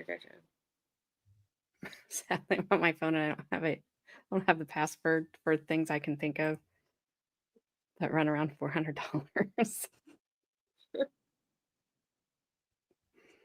Yeah, I don't know. I'm I just, could make a comment to that, but I'm not, but yeah, this guy, this way too much for that thing.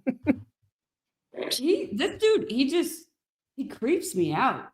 This guy would have Yeah. taken her away in a minute and locked her away in his house, and we would have never was seen gonna her s- again. And he would have kept He- her alive. He's kinda the looks one, like- he is the modern day. Put the lotion on the skin, or you're gonna get the hose again. No, I was gonna say he kind of looks like BTK, but like redhead BTK. A little bit, yeah, ew. But BTK was a little bit nicer. A little bit what? Nicer. I mean, go research him. I don't think he was that nice. He was No, he nice. wasn't that. He wasn't nice, but he was a little bit nicer. Like, as in, he owned up to his things. This guy is not. That's what I mean. Go watch his last interview. I have, and go watch his daughter's documentary. She talked about him. I don't care about He didn't own up to every single thing that he did. He didn't. Hold on. It's the one They last one I found watched. a bunch of other things underneath the ground of the house that they destroyed. Nice. Hold on. They because found I'm other stupid. bodies just recently, this past year, and I know, he but wouldn't own up to it. No, I know that one. I'm thinking about the interview. Is that? I don't know. I'm gonna hit play. Hit it. You have her hands over her mouth or nose, do you know? Easily 4 or 5 minutes. Okay. And did she struggle, or she just was lying there? I can't tell if I couldn't tell if it was struggles or just nerve response. She did move. Okay. Then after he removed his hands from her nose and mouth, what happened then? He checked for a pulse. I did as well. Okay. Were you able to detect one? No. So what'd you all do then? Then we picked her up, put her back into the van through the sliding door, and we knew at that point that the car crash scenario would never work Okay. because the damage was completely inconsistent with it. So who came up with an alternate plan then? Yeah, just kind of on the fly. Who came up with it? I believe Brian did. I might have helped here and there, but Okay. And what was the alternate plan then? the alternate plan was to go up to one of the roads that we had checked out on one of our previous scouting missions, looking for a place to dump the body. Okay. And we were going to take her up there because it was fairly inaccessible, and use the gas can that we had originally brought, just in case there wasn't enough fuel in the minivan. We used that fuel to then burn the vehicle. Okay. So who took the lead in driving there? I drove. But I mean, you drove the truck. I the drove van. my truck, yeah. Who drove the van? He did. And who drove first? Do you know? He went up first. And you- and we stopped there, but for the life of me, I can't even remember what we discussed before we went up. Okay. The two of you got out and discussed something? Yes. And then you got back in? Right. And you followed the van then? Yes. And where did it go to? Then it headed up to the place that the vehicle was burned. I don't know if that particular spur has a name. Okay. And what kind of, the road, what kind of road was it? Yeah, it was very steep, very rough, pretty narrow in places. It was so rough that parts of the vehicle were actually tearing off. Which vehicle? Off of the minivan. Okay. The truck you had, was it four-wheel drive? Yes. So you were able to make it up fairly easy? Yes. So how far up did you go up this road? Up to the very end. I don't. I can't really say how long the road was. Okay. Was it still dark out? Oh yes. And when you got to the end of the road, what did Mr. Riddell do with the van?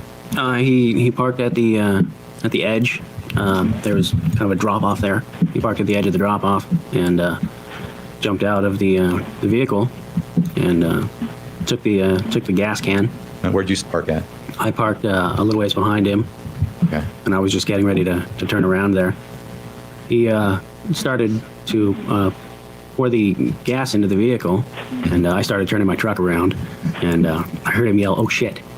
And I stopped and turned around, and I couldn't see the vehicle anymore. It had rolled over the embankment. Okay. So did you go over and look at it after? Yes. Okay. And where was Mr. Riddell at when it went down? He was standing at the edge there. Okay. And so then what happened after you went over there and you saw it lying down there? What happened next?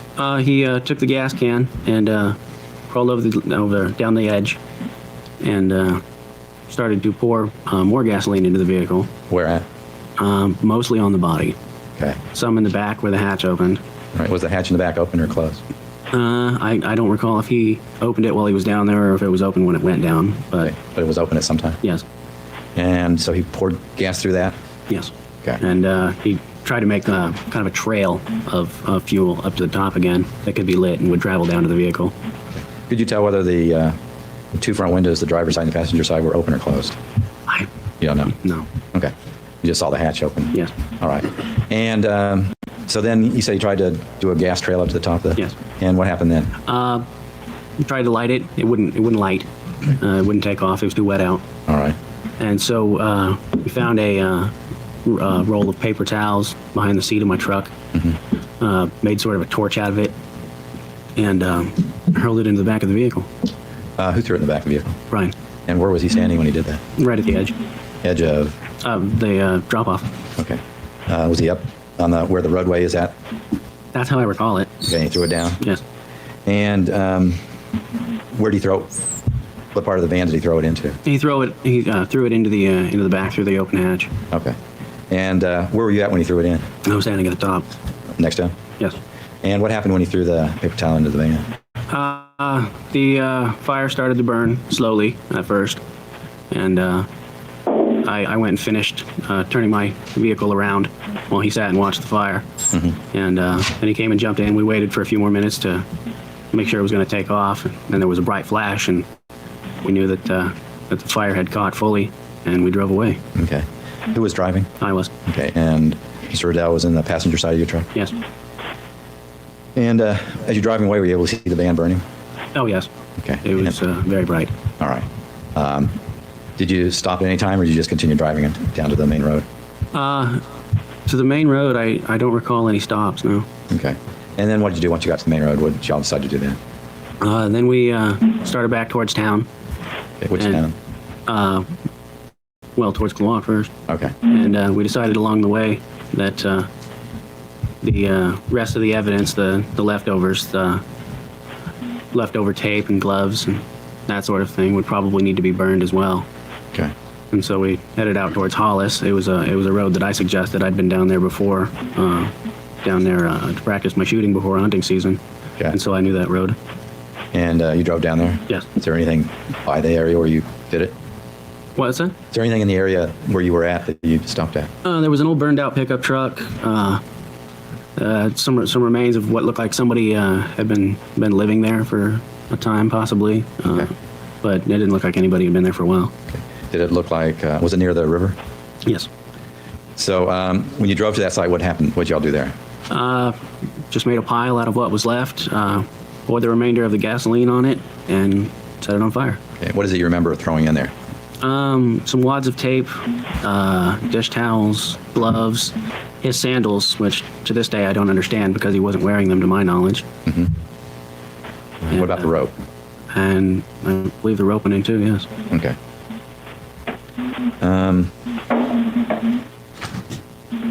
And who set the fire there?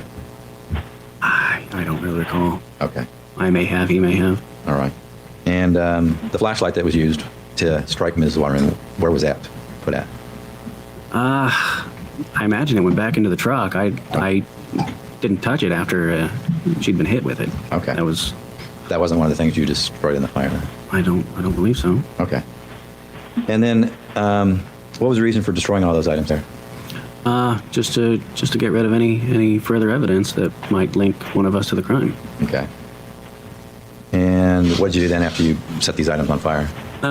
We kind of sat around for a minute and make sure they were going to burn okay. And after that, I drove him back to the residence in Hollis and drove home. Okay.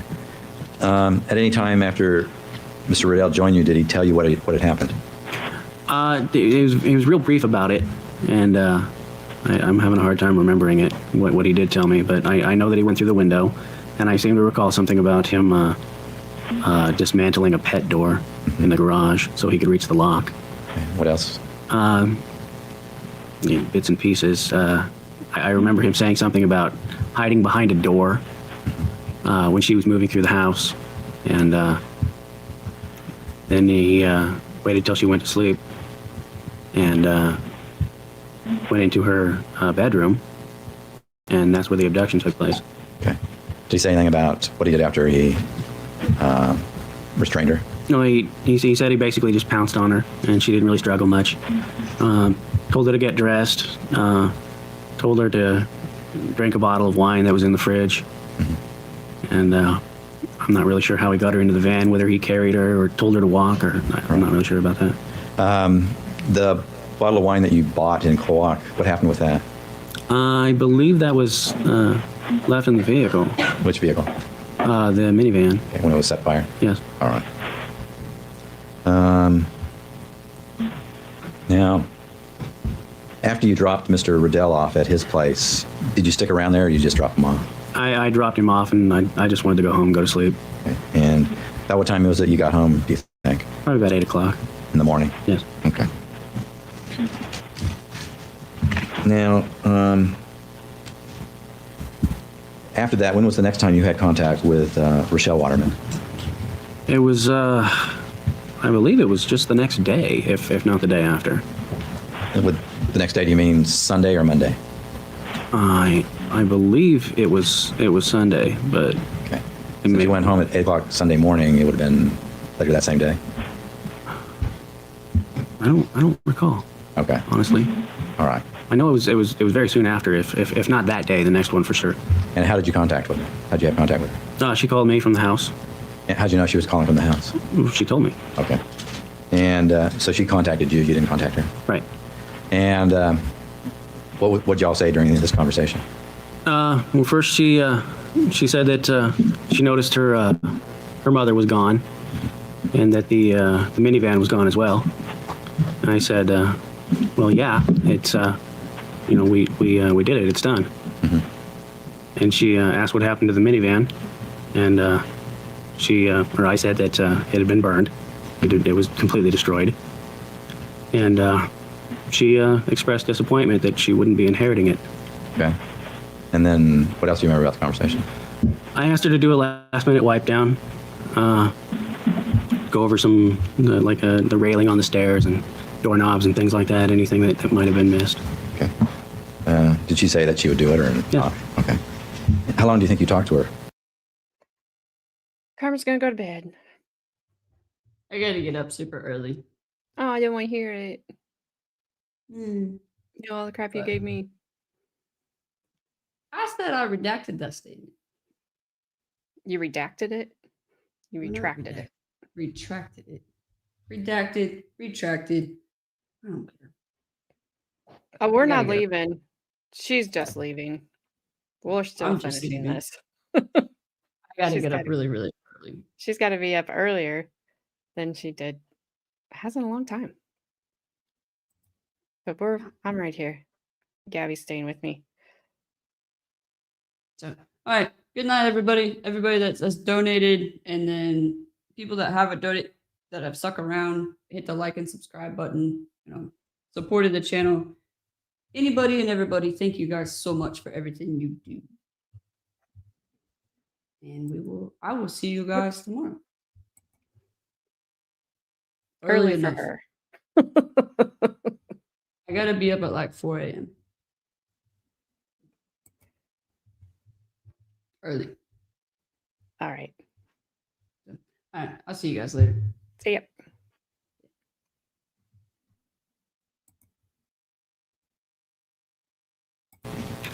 Oh, maybe 10 minutes. Okay. Did you describe in detail what happened? No, I didn't. Did she ask? That discussion took place online later, Okay. actually. All right. So you talked with her on the phone, and then when was the next time you had contact with her? It was probably that evening. Okay. And how was that? That would have been online. Instant And- messenger program. With what? With the instant messenger program. Okay. And what did you all talk about there? Do you remember? First, it was mostly just small talk. She talked about her trip, some things she had bought, how they did in the volleyball tournaments, things like that. Mm-hmm. And then it came around to where she was curious exactly how things had happened. Mm-hmm. And I told her that I didn't really feel all that comfortable discussing it. I would just as soon forget all about it. Mm-hmm. And she said, well, that was fine. Okay. Did you mention anything about you to tell her later or something like that? I may have. Okay, you don't remember now. Yeah, my mind was a mess through that. Okay. When was the next time you remember having contact with her? It probably would have been on the phone at lunchtime the next day, just as she usually did, Okay. She was calling from where? from the school. School. Okay. And what do you remember about that conversation? Not much. It was nothing really all that pertinent to the case, just small talk. And did you mention anything about her mother's death or anything about that? After that, I don't think so. Okay. Then what was the next contact you had with her? I just can't say I remember. Okay. Do you remember having contact with her at the school that day? Yes, I did. And how did that occur? I was at work, and she called me up, and she was just in tears, asked me to come down. Okay. So I was worried something had gone wrong. Did she say why she wanted you to come down? Or? No, she just asked me to come down. Okay. And you were in Clark? Yes, I was at work. And so what'd you do? I dropped everything and left. And where'd you go to? I went to the school in Craig. And where'd you go to in the school? I was into the office there. I went in there and asked for Rachelle, and one of the teachers there, I can't even remember what his name was, said, "Did she call you?" I said, "Yes, she did." So they showed me into the office where she was sitting. She was with, I believe it was the principal of the school. I don't know the guy, but I think that's who it was. Mm-hmm. And she was just destroyed in tears. I was a little curious about what was going on, obviously. Were you able to talk to her then? We did have a conversation. I kind of played my supportive role for the benefit of the principal that was there, and then he left and gave us a few minutes alone, and the crying switched off like a light. And did she say why she had called you? She just wanted to see me. Okay. And did anybody come in or what happened?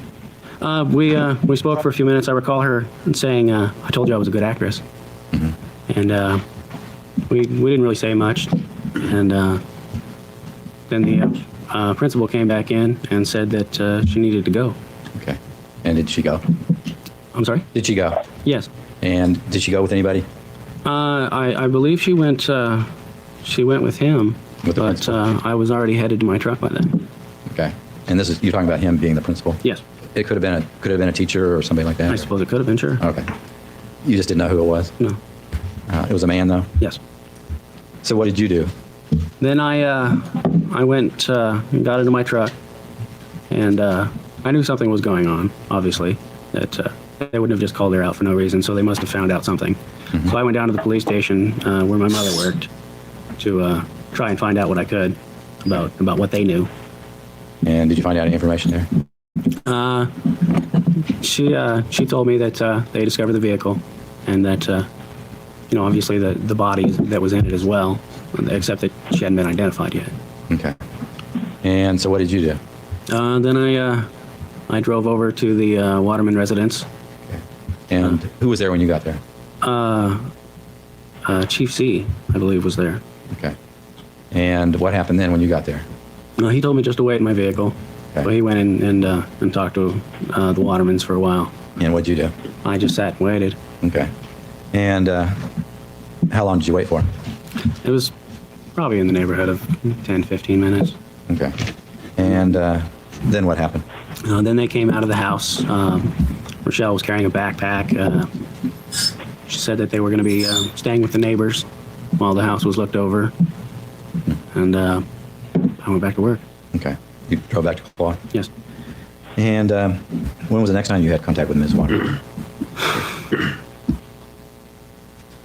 I called her that evening, actually, at the neighbor's residence, and she kept whispering, don't call.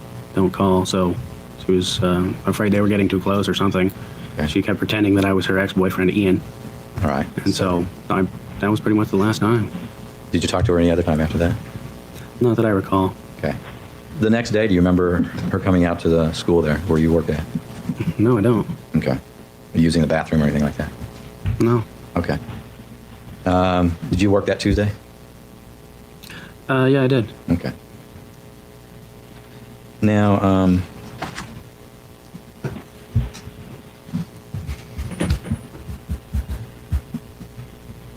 you remember the troopers coming out and interviewing you? I guess it would have been Wednesday? Yes. Okay. And they asked you about Mrs. Waterman's death? Yes. Do you remember what you told them about that? At that point, I was still pretending that I had no knowledge of it, trying to salvage what I could. And what story did you tell them then? Or what information did you find? At that point, the very first conversation, I can't really remember. Okay. I was kind of throwing things out on the fly that I hoped would placate them, which it didn't. Where did you tell them that you were that Saturday night? I told them that I was out with Brian at the house out there, but the version of events that I gave them was obviously different from the reality. Okay. Did you tell them whether you had ever left Hollis with Mr. Riddell? Yeah, I told them that we had gone into town just to buy some munchies and things like that. Okay. And once you got back to Hollis, what did you tell them you did? No, I told them that we watched some movies and drank some beers and just kind of hung out. Okay. And then you spent the night there? Yes. Okay. Now, later that same day, did you go to the trooper post? Yes, I did. And what was the reason for going there? It's kind of hard to describe what I was thinking at that point. I mean, one part of me just wanted to be done with it, and another part of me still wanted to try and salvage it, and I kind of ended up somewhere in the middle. Okay. And were you interviewed then, or just provide samples? Or do you remember? I don't remember now. Okay. Do you remember them taking something, swabbing the inside of your mouth? Yes. Okay. What else did they take? They took photographs of the bottom of my shoes. Okay. And they do take fingerprints? Yes, I did. Okay. And later that afternoon, did you make a false report About being attacked? I'm sure. Oh, yes. Yes, I did. And what did you do? I mean, what happened with that situation? I staged a phony assault And why did you do that? just to try to shift the focus off myself, which I knew it was coming close. Okay. By this time, did you think you were a suspect? Oh, yes. So when did you come up with this plan? It was on the fly. Okay. It just kind of flashed into my head, and I said, why not? All right. And where were you at when you did this? I was at the school in Kawak. Where at school? I was down the side of the building near the wood shop. Okay. What were you doing there? I was taking out the garbage at the time when the idea hit me. Okay. So what did you do? I took a small serrated blade out of the wood shop, put a little nick on myself. Where at? Oh, up here in the neck. Okay. How long was it? Oh, probably no more than an inch or two. Okay. And so then what did you do after you scratched your neck?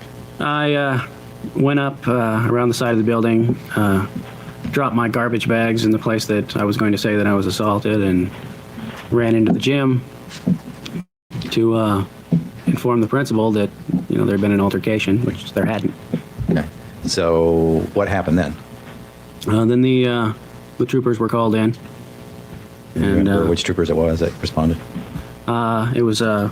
McFerrin here, and I don't really recall who else came. Okay, 2 troopers there. Yes.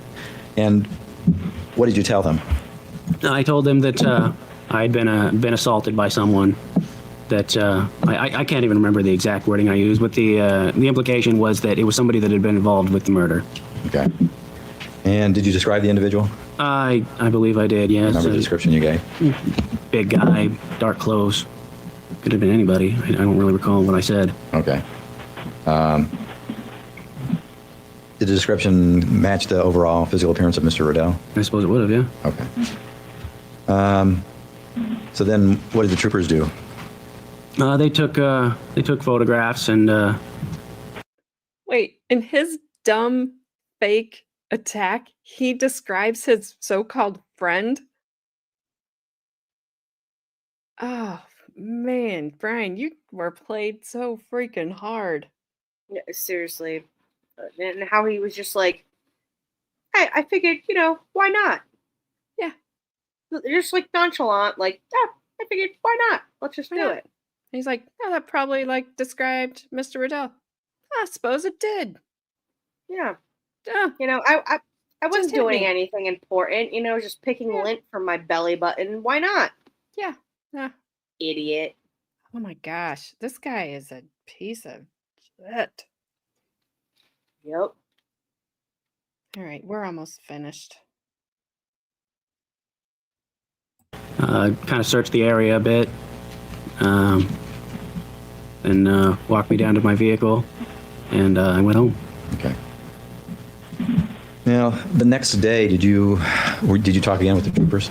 I believe it was the next day. Yes. Okay. And during the initial part of the interview, did you continue the same story that you didn't have any information? Yes. And then partway through the interview, did you change? Yes, I did. And what did you tell them then?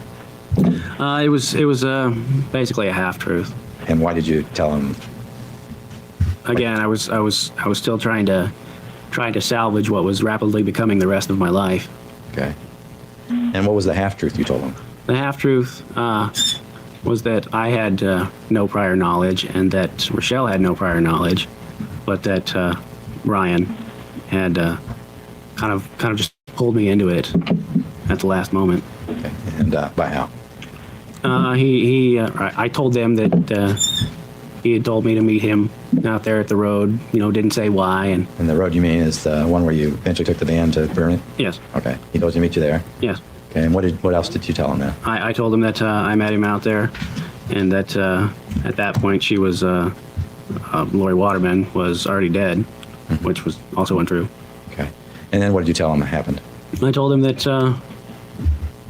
we took the vehicle up the road and burned it, and I was again still pretending to be innocent at this point. Okay. So I believe I concocted some questions that I asked him. What's going on, what's happening, but again it was phony. Now, at that time, did you admit that the assault the previous night on you had been fake? Yeah, they pretty much blew right through it. Okay. Did they ask you for some help at that point? Yeah, they asked me to do to wear a wire. Okay, and do what? To go out and try to get a confession on tape from Riddell. Okay, and you agreed to do that? Yes, I did.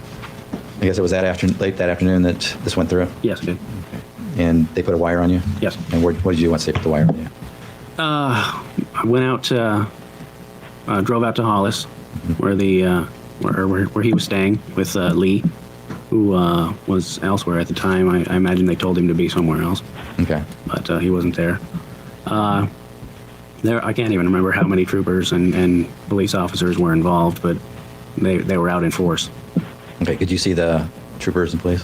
I did at far behind me at first, and I believe there was one quite a ways ahead of me too, but I don't really recall. Okay. I was trying to figure out what I was going to say, so I wasn't really paying attention to where they were. And then when you drove up to the Edwards residence, what happened there? I went in and started talking to Brian, and he was very jumpy. He said that he'd been seeing cops and that he believed that the home was being monitored. I asked him to come outside and have a cigarette with me, and I proceeded to try to get a confession out of him. Okay. Did you stay there, or did you get in a truck and drive somewhere, or what? We spoke for a while, and then he asked me if I would take him up to the top of the road because his brother was going to be coming to pick him up so he could go out to Thorn Bay. Okay. So did you give him a short ride like that? Yes. Did you, when you were in contact with him, did you discuss about Ms. Lauri Waterman's death? I tried to allude to it, but it was such that I was trying to phrase my own words, to be consistent with the bogus story that I had already told them. Okay. Did you say anything about your involvement or Rachelle Waterman's involvement in it? I don't really recall. I remember him saying that he didn't feel safe talking about it. He thought my truck might be bugged, and I'm pretty sure he suspected that I was wired at that point. Okay. But he didn't say anything about it. So you can't remember what you said, but you were avoiding incriminating yourself? Yes. Okay. Attempting to. So how long were you in the truck for, do you think? Maybe half an hour. We got to the top of the road that leads to the home where he was staying, and stopped at the gravel pit just on the other side for a few moments, waited for his brother, and then he thought that his brother might have turned down the wrong road, the Harris River Road. Okay. So as loudly as I could without sounding ridiculous, I said, "Well, I'll drive you down there." Okay. Did you? Yes, I did. And then what? I believe the only person we saw down there was Mr. McPherson, and Brian was very skittish at that point because he believed him to be a police officer. Okay.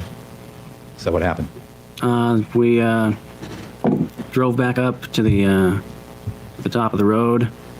I took him back to the gravel pit, if I remember right. Dropped him off there, and then I drove back to the Harris River turnoff to wait for the officers to come and tell me what to do next. Okay. And did you meet up with the officers? Yes, I did. Okay. Now, after your contact with the troopers that evening, where'd you go? After that, they brought me back to the trooper station to retrieve their equipment. Okay. And I believe I just went home after that. Okay. I can't remember if we spoke there or not, but my next stop was home anyway. Okay. Now, the next day, the police and the troopers contacted you again? Yes. And they interviewed you? Yes. And arrested you? Yes, I did. Okay. Now, during this interview, did you give up more information? Yes. And did you give up all the information that you had? No, I didn't. Okay. What information didn't you give up this time? I didn't give up anything about Rachelle's involvement. And why is that? I was still trying to protect her. Okay. And, but you did tell them about all of your involvement? Yes, it was closer to a 3/4 truth now. Okay. Then they arrested you and took you to the Craig jail? Yes, I did. Now, when you were in jail, Sergeant Habib contacted you? Yes. And what do you remember about that conversation? I remember that it was at that point I first discussed Rachelle's involvement, but I really don't remember how we got to that part. Okay. Was Ms. Waterman's involvement, was that something that Sergeant Habib put into your mind? Did he plant the idea, you mean? Yeah. Well, I already knew that she was involved. I can't say that he would plant it. Okay. And then when you talked with Sergeant Habib, you discussed Rachelle Waterman's involvement. Yes. And then you were interviewed by the troopers, Yes. and you told them more about what happened. Yes. Okay.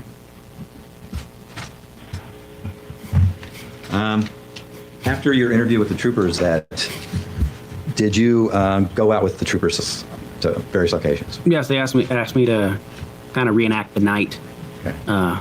to describe in detail how everything had occurred. Okay. And you went out with, do you remember who you went out with? I believe it was Trooper Claus. Okay. Were there a couple other troopers with him? There was another one in the back seat and another vehicle, but I couldn't give you any more names. All right. And which locations did you take him to? I took him to the scene of the murder, Okay. and then to the place where the evidence had been burned, but not up the 3012 road. Okay.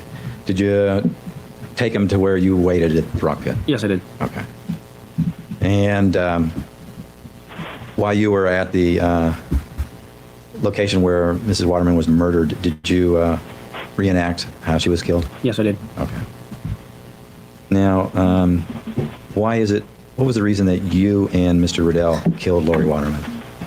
It was to protect Rachelle From her mother, from physical and mental abuse.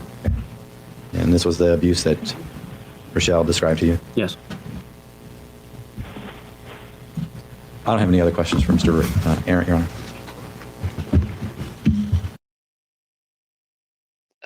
I don't like that man. And his eyes are closed again. I was just gonna say, I was like, are you effing kidding me? Every time you've paused him, his eyes have been closed. Every time I look up, eyes closed, eyes closed. Wow. Like perfect timing every time. That is hilarious. It's a gift. It's a gift. It is. Did you notice how he well, I can't remember what I said, but I can tell you what Brian said. I can tell you what Brian yeah, said, for sure. but I don't know what I did. Yeah. Yeah. Like, you don't Well, forget. What he said to what he said that he said to Rachelle, after she got back, she was like, "Oh, I thought that van was gonna go to me. Sorry, no, but your mom is like, burned. She's like unalived in it. I'm sorry, you're not getting the van. And you little spoiled brat. Yeah, your mom is literally a pile of ash. Yeah." Like, But that's also, all. like, how can you even believe him? That's what I'm saying. I don't believe They him. didn't go through her blog or like text messages to prove that she even said any of this to him.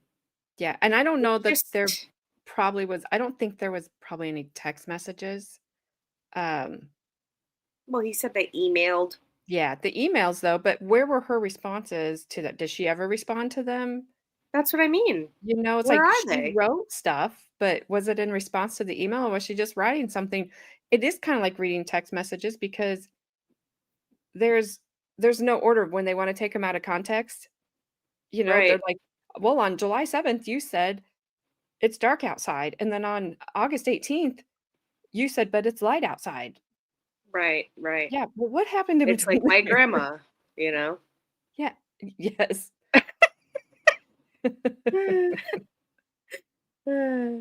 Temporary memory loss is common in accomplices, don't you all know? Well, it's very common in this one. You know what, For Flash fan? I think sure. you're becoming wittier and wittier. I know, I You love just, it. keep it up, bro. Keep it up, I Muffin. love it. Yeah, I'm just this guy. I'm not buying it. I'm not buying what he's selling. No. I did not like he brought up Sergeant Habib. I did not like him. He was total BSing when Oh, for sure. the defense attorney was like, how would you feel if the police came to your house to get your minor? Well, Mhm. they better be telling the truth. Yeah, duh. That's not the question. You would be there with them. You would insist on being there with them. Right. They didn't even ask her dad. They didn't even tell her dad. Like, we're gonna interview her or interrogate her. I don't know. I don't care which one you're gonna do. Every other kid that you came in contact with, either the principal of the school was there or their parent was there or both. Right. And they had a say in where their kid was interviewed or whatever you want to call it, because he's like, there's a difference. Whatever. I don't know where the crossover is, and neither would a normal person sitting there, let alone a teenager. Yeah. Yeah, that guy drove me It crazy. he also just had like a instant, well, permanent, like you can smell what the Rock is cooking eyebrow. You know, I just had that like crooked, like questionable eyebrow, just one of them Yeah. through his entire testimony. It's like, did you pluck it like that? Were you born with that one? Like, I don't even know. I think he's probably blaming me and Gabby Probably. I mean, for his corruption. put it this way, it's probably going to be my fault. It's always my fault in the end. Yeah, I think you're in the clear there, Zach. You keep driving toward that Greencastle exit. You're gonna get there eventually. I think. Eventually. All right, so One of these tomorrow, days. Grandma doesn't stream tomorrow, right? No, next time she streams is Thursday. Okay, But because this Thursday she's only doing one stream. She usually does two. I believe she said Thursday she's not doing Wordle. She's only doing her trivia. so the night one. Yeah, Thursday at 9 p.m. she'll be streaming. That's the next time. Okay. And then that's it. She's not doing Friday. I won't be here Friday either, but so we've got okay. If we're not it's Thursday, so I've got Tuesday, Wednesday that she's not streaming. Yeah, Perfect. Tuesday, Wednesday she doesn't stream anymore. Okay. So tomorrow, because tomorrow will be kind of long to finish this dude up. Okay. Be like Okay. 2.5 hours worth of testimony for him. Cool. And that'll finish him up. And then we can get, because then the last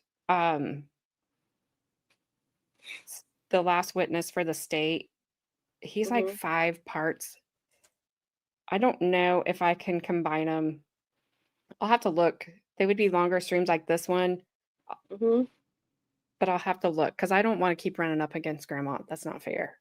So, Well, again, I let's mean, see. Thursday she streams at 9. Yeah. So So I want to like, I buff still it. don't. I want to not be in her time, In her domain. in her domain. What did Lesca say to me? Gabby taught me how to scold a child and love a hooker. Yeah, I mean, you gotta do what you gotta do. Well, and here's a Christmas miracle in October. It's neither of y'all's fault. You're right. It's not Muffin. I'm sorry, but it's your fault. I don't know. Whose fault is it? Y'all corrupted me. Who's y'all?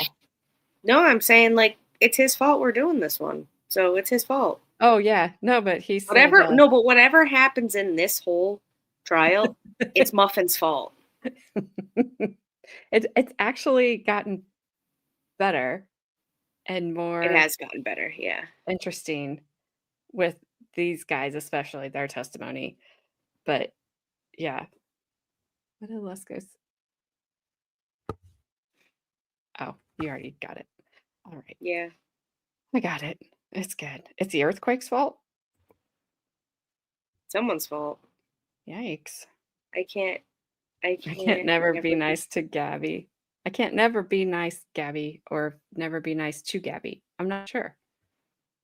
Probably both. It's fine. It's fine.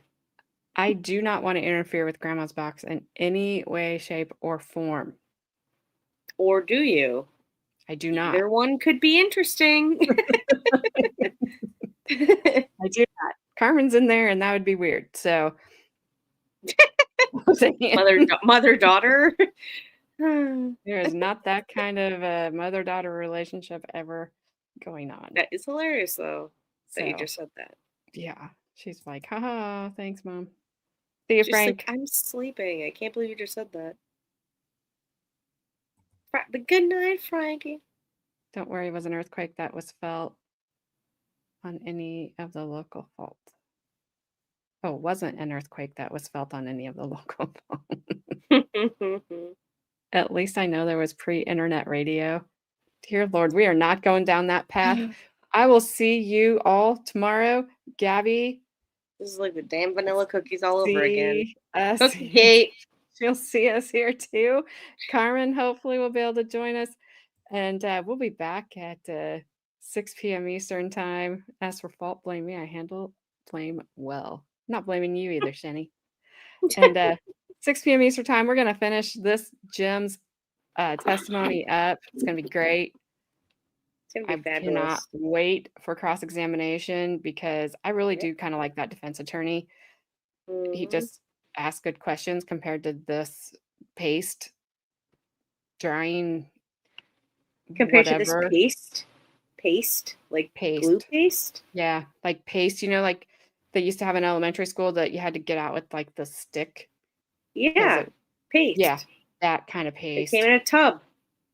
Yeah. Yep. Remember I told you one time if paint made a sound drying, that's what it would be. Yeah. Yep.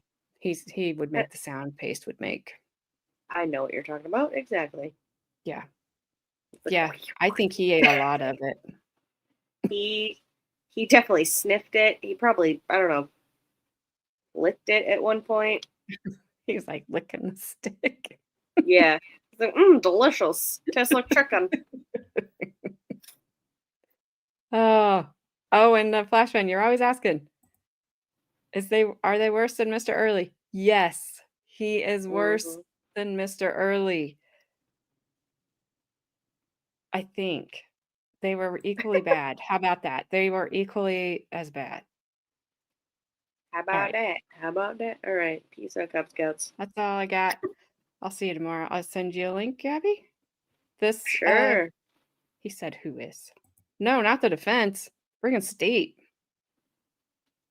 Yeah, the state's terrible. Just terrible. He has zero personality. He has the personality. Will you marry me? Dry eye. Will you marry me? Dry eye. I think That's actually the extent of him. that was like an insult to Paste. Paste has better personality.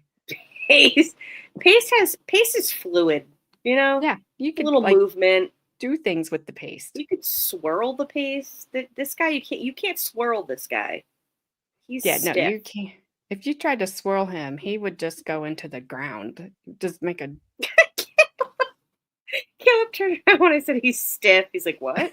It's like, ew. What are you watching? Oh, God. All At right. least it wasn't pencils like the real weirdos ate. Ew. Who's All right. eating a pencil? I don't know. The real weirdos. What are the Real woodpeckers? weirdos of, I don't know, what town can we come up with? Pennsylvania. Pennsylvania. There you go. And Oh, God. I It's don't know. Gabby Forford. It's Gabby Fortnite. Oh my. I don't think so. Oh, I- man. Yep. All right. See you guys. Bye. 6 p.m. Eastern tomorrow. We'll see you Definitely then. Have not. a great See rest you of your laters. night. Hot mannequin love is kinda uncanny. Click, like, subscribe, ooh, piece of candy. Looking for my spotlight, chasing my vibe. Still looking for my credibility online. Ooh, hot mannequin love, candy on the floor, don't pick it up. Chasing all the clicks, chasing all the views. Credibility's hiding, but I'm bringing you the news.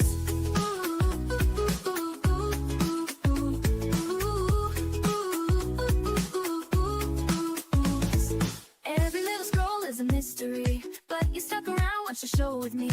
Laughs and chaos, that's how we roll. Drop a comment down below before you go.